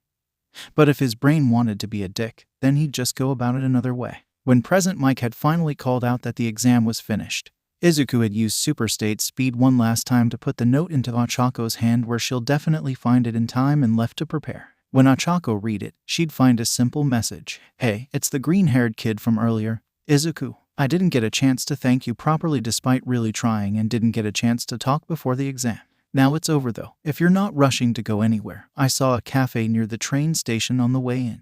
I'll be with a friend, but I'd just really like to say thank you somehow. So maybe I'll see you there. Midoriya. So what are we waiting for, bro? Tetsu asked, confused as he slurped from a smoothie he'd ordered. His body was glistening slightly, sweat rolling down his well-defined muscles from all the work he'd put in at the exam. His outfit was simple, a white tank top and some gray shorts he'd thrown together quickly for the exam. Clothes mostly got in the way of his quirk, Izuku had noticed, so it was no surprise he'd tried to minimize the amount he'd had going in. Alright, well, on the way in, I met this girl. A sudden grin came across Tetsu's face, making Izuku suddenly pause, giving a disapproving stare. Nothing like that, before you say anything. Anyways, I met this brunette girl named Uraraka. She was really nice to me and helped stop myself from looking like an idiot earlier. I wanted to thank her, but this other dude kept getting in the way, so I never got a chance. Ended up leaving her a note in the exam to meet me here if she wanted to, if she had time, so I could thank her. Ah, that makes sense. So that her then over there, bro? The silver-haired teen asked as he pointed out the brunette entering the store. Izuku nodded as he smiled, raising his hand and waving towards the girl, whose face lit up with a smile once she saw. Heya, Midori, you're right. Izuku Midoriya, she asked, getting a happy nod from Izuku. Yeah, sorry I couldn't talk to you in the exam. I was moving pretty fast at the time. Izuku chuckled, before gesturing to his friend. Oh, Uraraka. This is Tetsu. That's a very repetitive name, Achako observed with a hum. Thank you, bro. Tetsu grinned, clearly not knowing what the word meant. Izuku just rolled his eyes with a slight smile, while Achako tilted her head in confusion at being called a bro. And Tetsu, this is Achako Uraraka, Izuku introduced, making his steel quirk friend grin as he held his hand out. Nice to meet Midoriya's secret girlfriend, the teen said, and judging by how fast he then turned to metal after the fact, he knew full well what he was doing as Izuku slapped him hard enough even in his base state around the back of the head to knock him forward as Achako went several different shades of red rapidly. I told you no, it's nothing like that. We literally just met. Izuku scolded through a red face, before turning to Achako apologetically. Sorry, he only has 4 flexing biceps in his head instead of a brain. Just ignore him. Bro, you wound me. Tetsu cried with a pout, making Izuku roll his eyes. Though also, fair, see, doesn't even deny it. Izuku tried to crack a joke and it seemed to work as despite her own embarrassment Achako began to giggle. Ah, I guess there's no helping him then. But no, Mia and Midoriya only met today. Achako reaffirmed to the metal teen, making him concede defeat. So like I said in that note. Izuku took a moment to readjust himself, composing himself again and trying to treat this interaction like any other so he wouldn't fall on his face again and embarrass himself, metaphorically or literally. I really wanted to thank you for saving me from my fall earlier. I just wasn't paying attention and I'm thankful for you catching me. Oh, it was no problem. Achako chuckled, grinning wide as his face stopped flushing and she became more composed herself. Just doing what any good person would do. Still, I appreciate it. Izuku smiled wide, rubbing the back of his head. Would have been bad luck to fall, right? Right. Achako nodded, matching his smile. It faded after a moment, however, as she began thinking. So, do you two think you did well? I'm not sure about my score. Well, what did you get? Tetsu asked, curious. Achako flushed. I think a little over 30, she said with a sigh. I doubt I got very high on the leaderboard. I got somewhere above 30, but I kind of lost count. I ended up spending a lot of time helping a few other people get out from under debris that had fallen on them. Darn, Tetsu hummed. Still, I think you did pretty great, especially for being distracted then. I only had to help this one girl who almost shot herself with her own quirk by accident. Hurt, but I managed to keep on going. Yeah, those villain bots are made by UA themselves. They're nothing to sneeze at. Beating one is something you should be proud of, let alone more than 30. Izuku encouraged himself, brightly grinning. Achako smiled at the praise a little, hopefully feeling at least a little better about herself. Well, what about you two? What score did you both get? She asked, curious. Oh, I got like 70 points, I think. Tetsu announced proudly, making Achako let out a gasp of awe at that. Then the white-haired teen turned to Izuku. Guess I kind of have you to thank for that, bro. Huh, how so? Well, if you hadn't come along with your Superstate stuff, I might not have pushed myself as hard as I did. I was always trying to reach your level, bro, if I could at all. So thanks. Me being able to push myself as far as I did was thanks to you. Oh, I doubt I changed that much. Izuku chuckled bashfully. Being powerful was one thing, but being encouraged for just being around was something Izuku wasn't quite used to it. No, you totally did, bro. So thanks. Tetsu grinned. Only villain I couldn't take on was that insane zero-pointer that showed up. Oh god, yeah, those were terrifying. Ochako nodded in agreement. I can't believe that's what UA considers an obstacle, even for the best school in Japan. They're definitely going to have us working hard if we get in. No doubt about it. Tetsu chuckled. It was such a pain. It kept rolling about and getting in the way, so it was hard to fight the villains, especially when I had to pull some other people out the way when I could before it trampled them. Oh, ours just sort of exploded suddenly. I guess someone was strong enough to take ours out. Ochako hummed, causing Tetsu to look over at Izuku with an amused smile. What did you do, bro? Hey, not my fault it went flying with one tiny press of the fingers. Izuku chuckled nervously, making both his new and old friend's eyes go wide. A single finger? Ochako asked, gaping. You threw the zero-pointer that far with one finger. It was pretty weak on the outside, Izuku said, sounding more unsure of himself than anything, not wanting to play up what he did. I gotta go home and work out more. Tetsu muttered with wide eyes. I gotta go home and change into drier panties. Ochako muttered next, making Tetsu look at her shocked while Izuku just stood there in confusion. Because of the sweat I mean. Ochako suddenly pulled out the note Izuku had given her, writing down a number and sliding it across. Here's my number. Let's stay in touch in case we get in. OKAYGOTTAGOBY. With that shout, Ochako turned and bolted, making Tetsu snort as Izuku looked on confused. She's so not changing because of sweat, bro.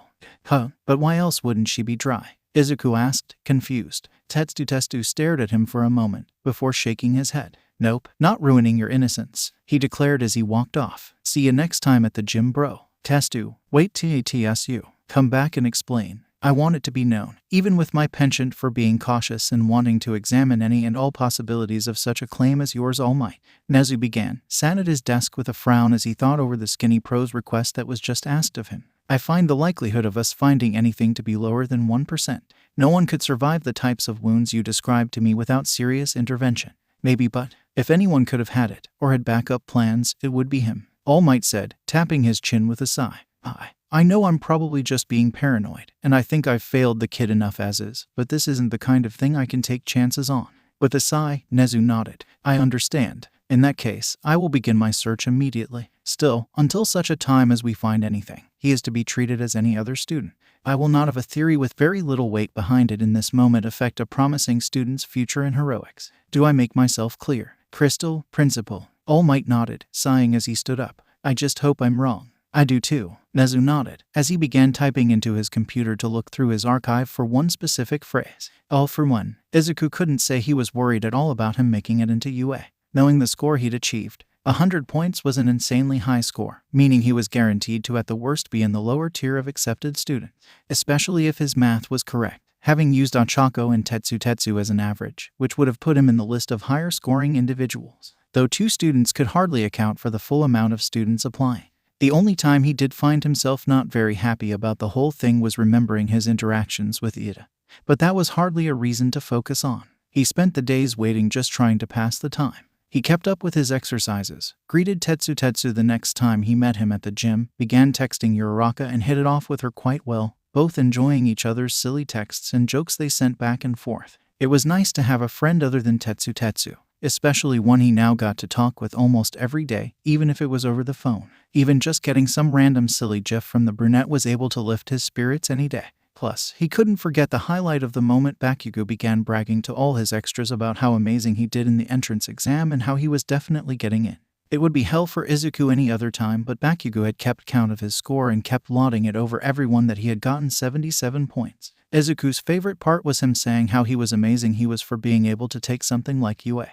Villain bots on and win, and Izuku even just went along with it when the explosive blonde began ranting that Deku probably didn't even get more than 5 points and would fail. Izuku smiled through it all, knowing full well he had 23 more points than his childhood bully. A petty part of him couldn't wait for the moment he could look him in the eyes and admit to how effortless beating those robots was. It was 2 weeks after the exam he finally got his letter from UA. his mother sliding across the floor to show him having fallen on her knees and chosen to just keep going. Izuku had just chuckled and helped her up, thanking her for the letter and disappearing inside his room to see it.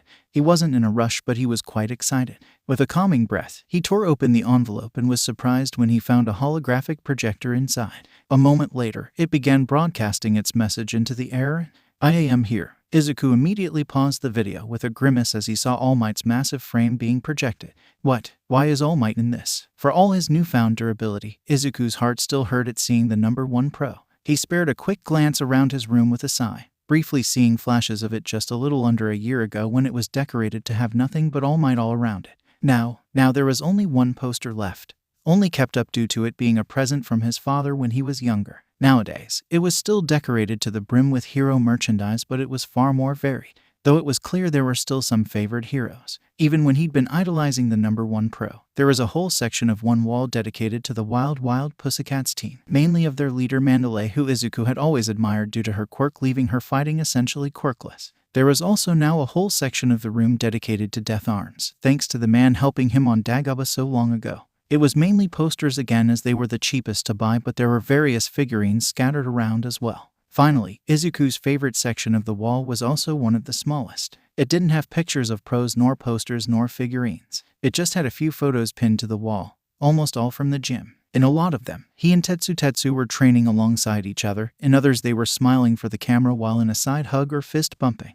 Sometimes Seki would be in them as well, usually with a bored expression, though occasionally he'd smile in them as well. Izuku's favorite of the photos sat in the center of them all. It had been taken on the day the gym had been closed due to leaking issues, leaving Tetsu and Izuku with nothing to do when Seki had found them, and ended up taking them both across the street for ice cream to make it up to them both for walking so far. Izuku was in the middle of the photo, laughing giddily while eating his ice cream.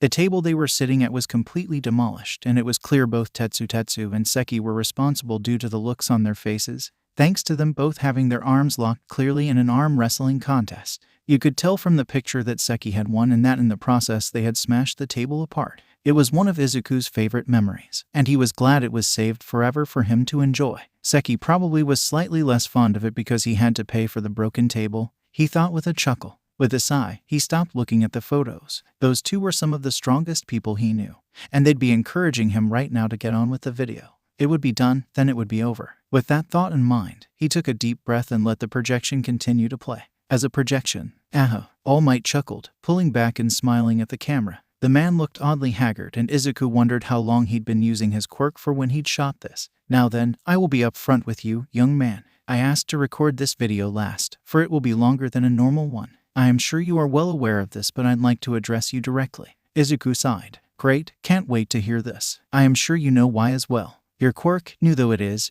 quite remarkable. I can hardly deny it is powerful, and thanks to research I did confirm when it unlocked, so I can only imagine how that experience must have gone for you. Young Midoriya, I need to apologize for how I treated you on that rooftop. I was stressed out, I was panicking, and I was in far from the best frame of mind. That does not make it right. It is an excuse, and it does not mean my actions were justified, because they were not. Despite that though, you continued on even with my own failures. You went on anyways, and look at you now. The sign of a true hero is one who can overcome any obstacle, even those that are the people they admired failing them, the people who should know better doing worse, the ones who can run into danger head-on for the sake of others. Those are true heroes, and you have proven yourself more than once to be this. So young man, I want you to know, before I finish this broadcast, these words come from the bottom of my heart. You can be a hero. Izuku was fucking pissed. It took all his will not to crush the holographic projector in his palms. He put it down, pausing it again, and took a moment to take deep calming breaths. Izuku couldn't accept that apology, not now. He couldn't accept it as anything other than the man trying to save face. Changing his mind now that Izuku suddenly had a quirk. A part of him wanted to say that kind thinking wasn't fair to the man, but the rest of his angry mind shut it down, enraged by the man acting exactly as the rest of Aldera did. With a shake of his head, he just snarled and set it aside, deciding he could deal with that later. He still needed to know if he passed or not. With that, he let it play again. Now, I have interrupted long enough. First, let me tell you a secret quickly that not many know. My own score when I entered UA was 190 points. I'd like you to remember this fact. Izuku's eyes widened, having not expected to hear that bit of info. Mad at All Might or not, he could appreciate how rare such information was. It is time I tell you the scores, young man. With a whopping 100 combat points, you easily reached first place in the entrance exam. All Might announced cheerfully, making Izuku sigh at that part at least, happy to hear it. The next part took him by surprise, however. That is not all though. You see, there is also a special second kind of point value in these exams. After all, how could a hero course turn down someone who focuses on the true essence of being a hero, helping others? Izuku's eyes went wide. Rescue points. Wait, so then my score will be even higher if I helped others. The 0-pointer robot would give you no combat points, so you'd have no reason to fight it, however you did anyways. We can hardly let such a brave act go unrewarded, meaning it has netted you the standard 50 rescue points for defeating it and another 10 points for saving a student from the debris. There were also the 2 boys you helped near the start, which netted you 5 and 10-point bonuses each. All Might announced with a laugh, as Izuku watched on, unable to believe what he was hearing. Finally, the young Yanagi girl you saved under the bridge netted you another 25 rescue points. All this together means your true final score, young man, is an astounding, unprecedented, and all-around amazing 200 points. You are truly something else, and the hero course is more than happy to have you grace its halls, as quite possibly the most powerful student it has seen in years. Welcome, Izuku Midoriya, to your heroic future. Izuku was conflicted as the hologram closed. There were 2 sides raging in him. He wanted to be happy, overjoyed, running around in excitement at getting in. He was over the moon about it. But there that word was again. The most powerful student. Once again, just adding to Izuku's belief, All Might only cared now because of his strong quirk, and it made him want to scream. With a sigh, he buried all the anger under the surface for the moment, grabbing the hologram and walking out to where he found his mother pacing. She looked up with a questioning glance, slight worry on her features. Izuku just smiled. I got first place. Izuku. His mother yelled happily, pulling him into a tight hug, which he returned with a smile. He pulled away after a moment, holding her hands. I know. It's great. I'll be right back, okay? I just want to go out and let Tetsu know the good news and find out if he got in. Doesn't he live quite far from here, though? Inko asked with a frown. Izuku pulled out the handy slip of paper that allowed him to use his quirk. Until school starts. Not for me, Inko tutted, before gesturing. Well, just be safe, okay? I love you. Love you too, Mom. Izuku shouted as he hurried out the door, running down the steps. However, he never went in the direction of Tetsu's house. Instead, his smile slowly faded to a frown as he stopped burying his anger, remembering the full message. He needed to get it out, and he didn't want to risk hurting anyone in the process. With a sudden burst of speed, he soon found himself on Dagaba. Only a few pieces of heavy litter left about that Izuku gladly began tearing into. He yelled, he shouted, and he smashed it all about for hours, trying to work it all out, channeling all his anger and frustration through him. It wasn't until he was ready to pass out from the anger did he realize he'd bulked up far beyond the limits of grade 2. He'd discovered something new. Well, it feels so good to say we've got 2 students getting into UA. Izuku's teacher announced happily as he and Bakugo stood alone in the room, having been asked to stay behind to deal with them being admitted into UA. Bakugo had looked ready to murder someone then and there when he heard, but had held it in. And now they were both being told about all the stuff they needed for school. And to think, not only are you one of them, Midoriya, but you scored higher than anyone else, the teacher said, absolutely amazed. Bakugo suddenly let out a feral snarl, looking between them like he'd just been told someone had killed his puppy. What the fuck? Shitty Deku got the fucking high score. Quite high, yes. Though don't feel too put down, Katsuki. You did come in tied for second place with a student from another school with your 85 points. The teacher tried to placate as Izuku grinned, knowing that meant Tetsu was who he tied with. Yeah, 85 is pretty amazing, Kaken, Izuku said, but for once in his life. It was not actual praise. I mean, not for how much you usually brag. It's actually pretty weak if a weak, worthless Deku can get 200 points, but you know. Was it petty as hell? Sure, but Izuku needed this moment. He needed it, and Tetsu had been telling him to do it for a while now. Ever since the incident in the forest, Izuku had accidentally slipped up and let Tetsu know about Katsuki, and he'd understood. He'd taken Izuku's side and encouraged him to stand up for himself. After Ada, he began to see why. He wasn't going to be the explosive teen's punching bag anymore, and if that meant occasionally mocking him, then so be it. Now, Midoriya, be nice, the teacher warned without any real threat in his voice. Now then, off with you both. Next time I should see you, you'll be officially registered UA students. With that, both students nodded and left. Izuku could feel Bakugo snarling and stalking him the whole way, making him roll his eyes. He had to commend the blonde for somehow mustering the patience to wait until they got to an alley to strike, but still, it meant nothing. Izuku knew this was coming simply for getting into UA. He'd practiced with Tetsu for this moment over and over. The second Bakugo's hand landed on his shoulder, Izuku didn't use his quirk. He simply grabbed the hand in his base state with force and squeezed hard enough that Bakugo actually let go from the pain.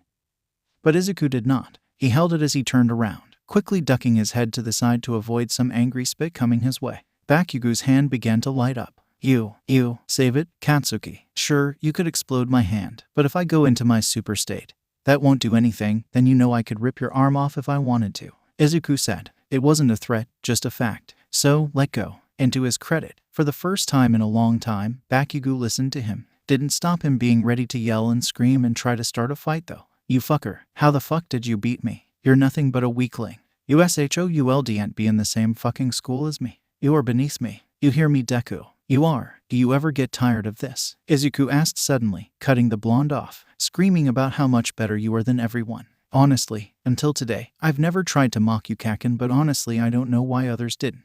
The more I look at you, the more I wonder what the heck I ever admired. You're pathetic, and it has nothing to do with your power, Izuku told him, turning to walk away. To set the record straight, everyone lied to you. When they told you your quirk would make you an amazing hero, they meant you'd be an amazing fighter, and I bet that's true, right? You got all the combat points, but you never got a single rescue point, because you don't act like a real hero. The snarl that escaped the explosive teen was more than enough to tell Izuku he was right. The explosion signaling Bakugo rocketing at him just made him sigh as he immediately went into his super state in turn, watching Bakugo come in through the perception of grade 2 for a moment. He was glad he'd prepared his speech beforehand for this moment, knowing exactly what he wanted to say. With ease, he grabbed Bakugo's hands and ignored all 6 explosions to his face he got, just glaring at Bakugo. You done? One more.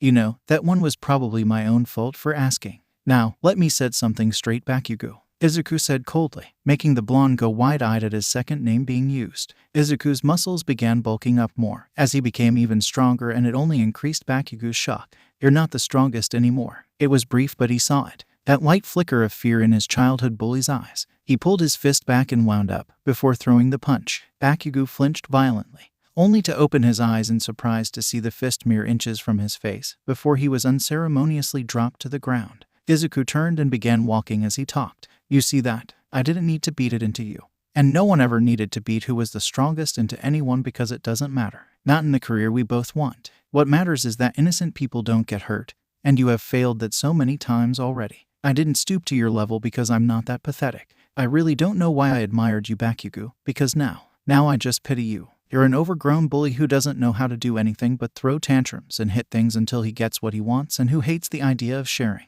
A toddler, that's what you remind me of. Nothing about your life is worth admiring, and now I realize that. Well, I've learned not to care. Even if you beat me, you'll never prove a point because you don't have one, but you'll always prove mine. With that, Izuku turned to his base state, leaving a feral, growling yet stunned Katsuki Bakugo behind.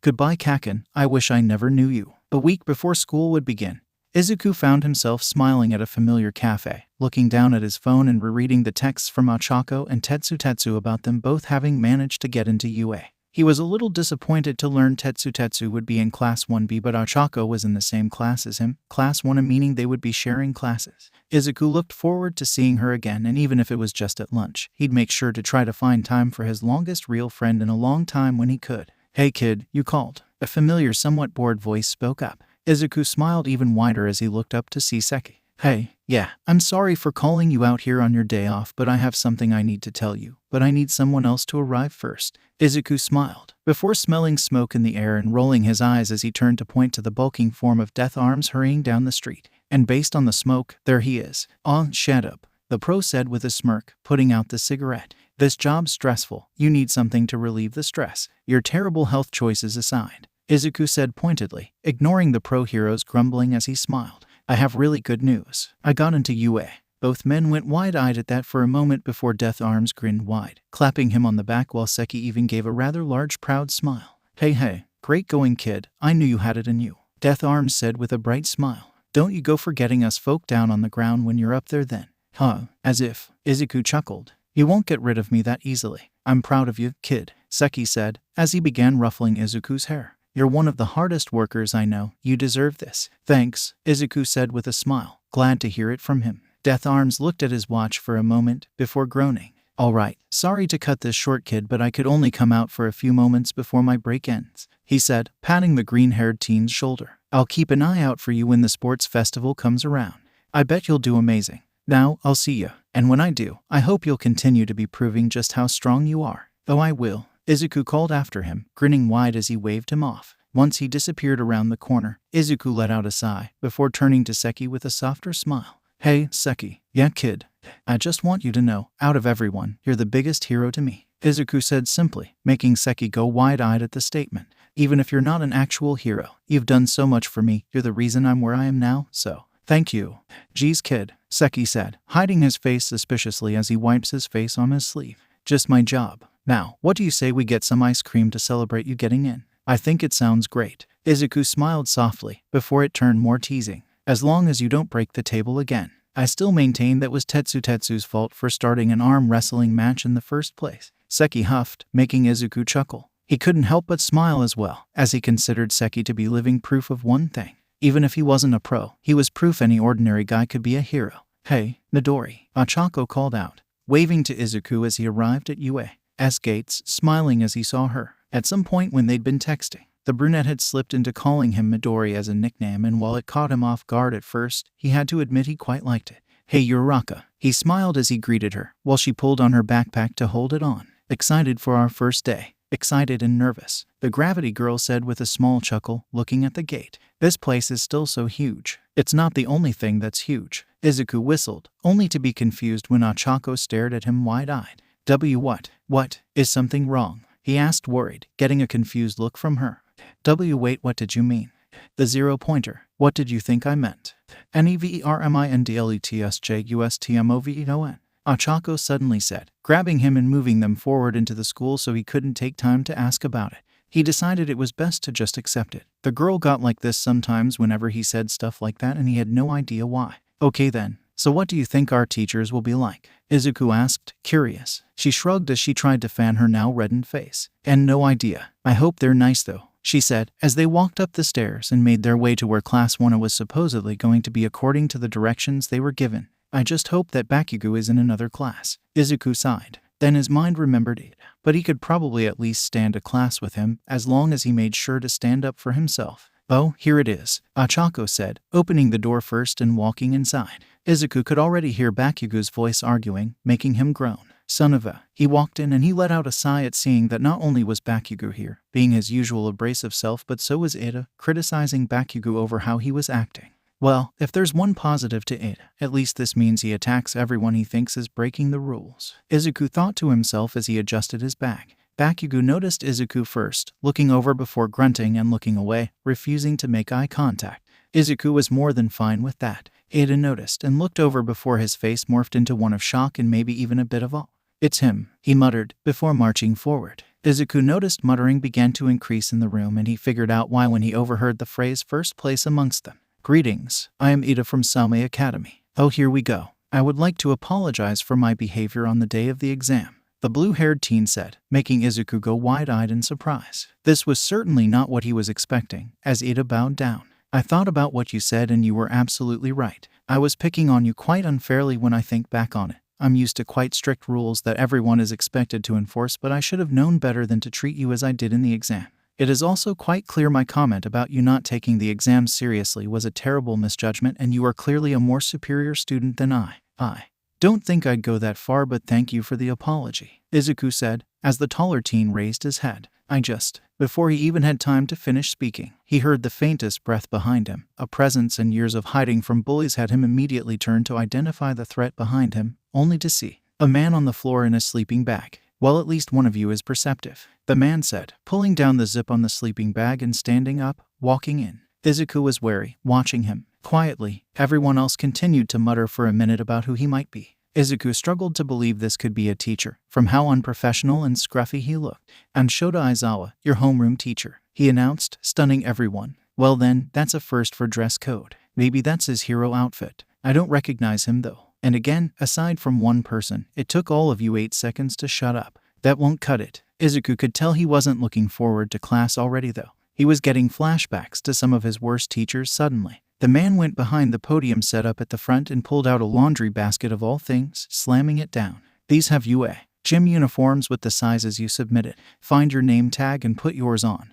Then meet up in the field outside. Sir, but what about orientation? Ada asked, confused. It's pointless, Aizawa grunted. It's a formality that real heroes won't have time for. Now hurry up, heroes shouldn't waste time. That was how they were introduced to their teacher. And as he stalked off, Izuku could only gulp. Because before he took off down the hall, he looked back once, and looked straight at Izuku. Wana walked onto the field that was the outside sports track as their teacher eyed each of them with a bored expression, making a few tense. Izuku, on the other hand, just kept walking, ignoring the man's gaze, stepping in front of him in a lineup. Alright, now that you're all here, we're going to be doing a series of tests, he explained with a bored, seemingly uninterested drawl as he took eye drops out his pocket. Quirk apprehension tests. Izuku sighed quietly, just imagining how this would have gone down if he'd gotten in without a quirk before shaking his head lightly and focusing as the man dropped the eye drops into his eye. You'll be competing for the highest score. To give me an idea of your quirk's potential, he continued to explain, only to be interrupted by a hand flying into the air so fast it almost knocked Izuku to the ground.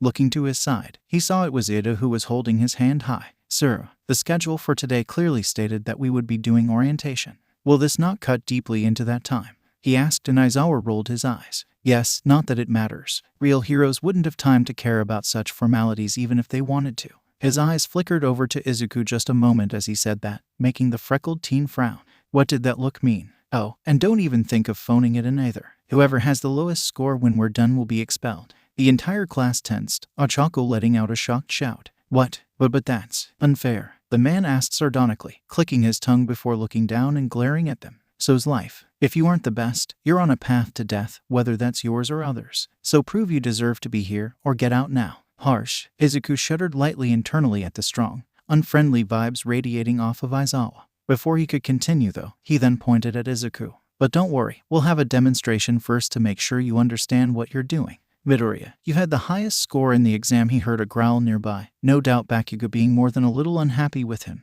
What was your middle school ball throw? Something like 40 meters, he admitted with a small blush, ignoring the badly covered snort of a boy nearby as Aizawa gave him a disbelieving look before sighing and gesturing for him to come up, handing him the ball. Alright, now throw this from the ring, but with your quirk. Anything goes as long as you stay in the ring, he explained to Izuku, who blinked in surprise at the simplicity before looking at the ball. He then nodded and took a deep breath. Really? He got the highest score? He heard one girl ask with interested surprise nearby, Ochako nodding excitedly beside her. Yeah, he was great. You should have seen him, she gushed, making many seem interested. Bakugo growled more and one boy gave her a doubtful look. I mean, I know he's probably pretty strong, but first place. Wouldn't his quirk be more obvious if he was that strong? Before Ochako could get an answer, Izuku took a deep breath before a golden aura exploded around him, his muscles instantly becoming larger and more powerful as his hair spiked skywards and his eyes turned teal. He took a minor step back and reared his hand back before throwing with all his might, arm turning into naught but a blur as he let go, with force that caused the ground beneath him to kick up dust in all directions as there was a bang and several had to plant themselves down firmly to avoid being blown back.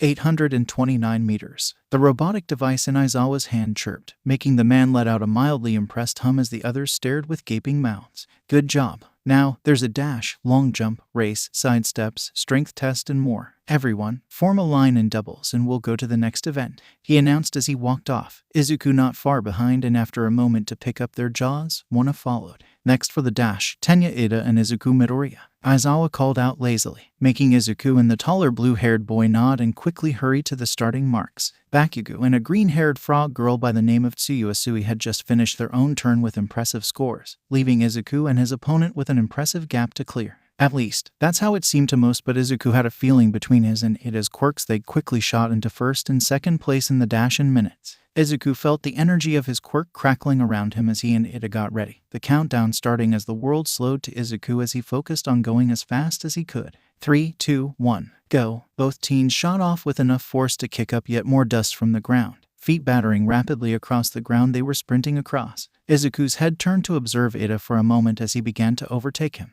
only to be shocked by seeing the boy's eyes glow blue, before suddenly following him at a normal pace even as he gained more and more of a lead. What the? 0.14 seconds, the robot measuring their speeds chirped, making Izuku come to a dead stop, hair instantly going back to normal as he turned around and watched Ida at a regular human pace, quickly crossing the line a few seconds later. 3.4 seconds. Izuku let out an impressed whistle as he turned to join the class to go to the next test as he and Ida had gone last. He had to fight hard to resist a snort when he saw several jaws hanging wide open, and a very small mischievous part of him couldn't help bubbling up at the sight. I should probably work on my technique to not be so slow, huh? What the fuck? Hey Ida, Izuku called over to the taller teen.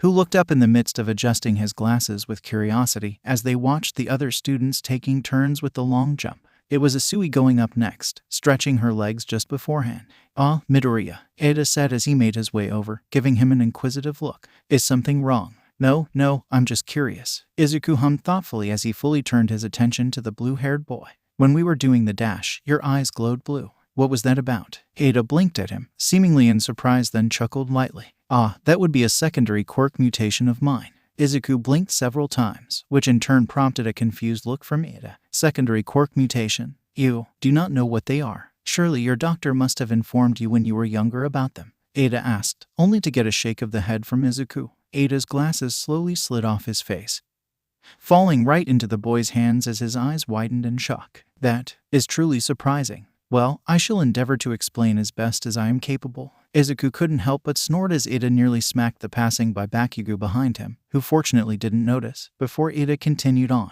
"You see, while quirks are powerful, they can often come with debilitating side effects if they are not controlled successfully. To that end, it is believed secondary quirk mutations were developed by our bodies after the fact in response to each quirk to make them safer," the taller teen explained enthusiastically, waving his hands to and fro with passion in his gestures and explanations. Izuku let out a small hum, clutching his chin in thought. Like fire-throwing quirks may result in secondary mutations like fire immunity to make it work better, Izuku theorized, getting a curt nod from Ada. "Precisely. Of course, they're dependent on the quirk in person.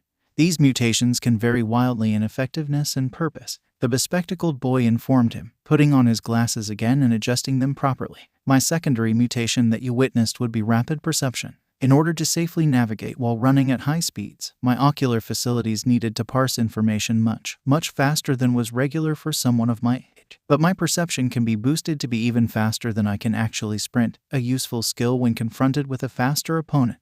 Izuku nodded in understanding, opening his mouth to question what other kinds of mutations he knew about or maybe had, but before he could, "Midoriya, you're jumping next," Aizawa drawled out, making Izuku turn to see the man once again, giving him a less subtle glare for some reason. With a sigh, Izuku walked over to the sand pit and focused on the frustration said look gave him, mixed with several other old memories. It took only a second for his body to explode with golden light once more before he began sprinting. "Time to leap," he thought as he bounded forward, much faster than intended, ripping up the ground and going flying through the air. He tumbled around before barely landing on his feet, stumbling directly forward and smacking his face off the wall of the school. "Ah," he yelped, not hurt but definitely surprised as he staggered back, before turning to see his class, barely visible in the difference, presumably concerned. He quickly gave a thumbs up and a sheepish chuckle. "I'm okay." He could swear he heard and saw at least 2 facepalms in the distance. The final test, before the big race to end the day, and the one Izuku had personally been most looking forward to,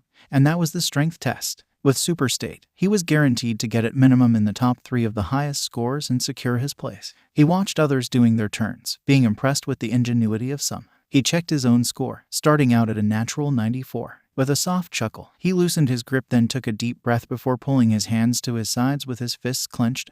Nothing. There was no explosion of golden light, rush of energy, or gain of mass. Izuku blinked 3 times in confusion, looking down at his still regular body before feeling something burning into the back of his neck. He turned, only to see Aizawa less than a foot away, with bright red eyes boring into him. His eyes went wide at seeing the man up close, more specifically seeing his goggles. "You erased my quirk, Eraserhead?" he asked, shocked, and it seemed the feeling transformed to be mutual a moment later as Aizawa blinked, hair dropping down as his eyes regained their original hue. "I admit I didn't expect you to know my name." He shook his head before returning to his glare. "But it doesn't matter, your showing has been terrible so far."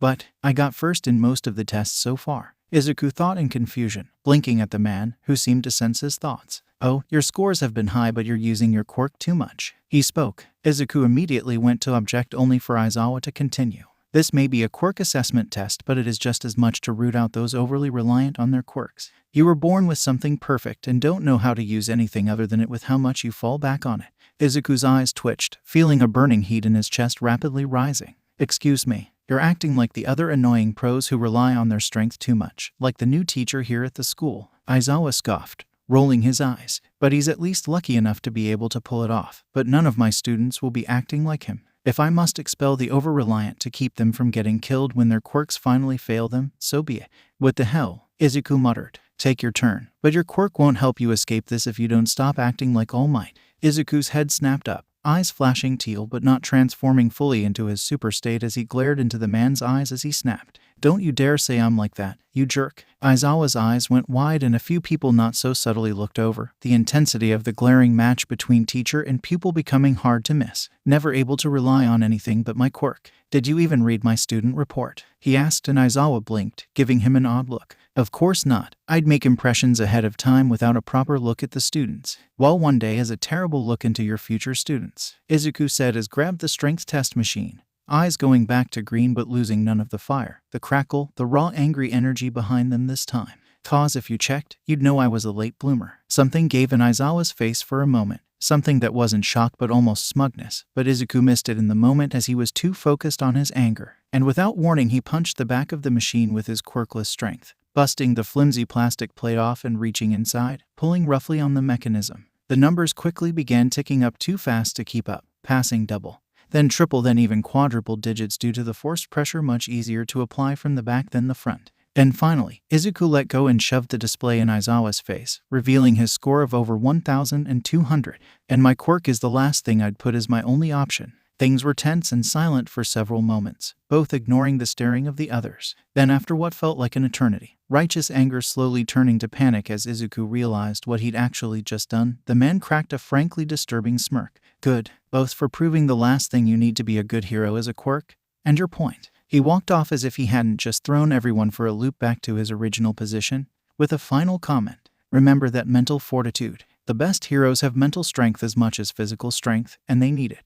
"What the heck?" Izuku muttered lowly, eyes wide. He heard footsteps beside him and turned to see an equally shocked-looking Ada and Uraraka, before he turned back, and just barely saw what looked suspiciously like the name Midoriya backwards jumping to the top of the small holographic list Aizawa was reviewing. Did you just get into an argument with our teacher?" Ada asked, highly disapproving. Izuku shook his head, turning to Ochako with a small amused scoff. "Actually, I think I got in a mental match, and won."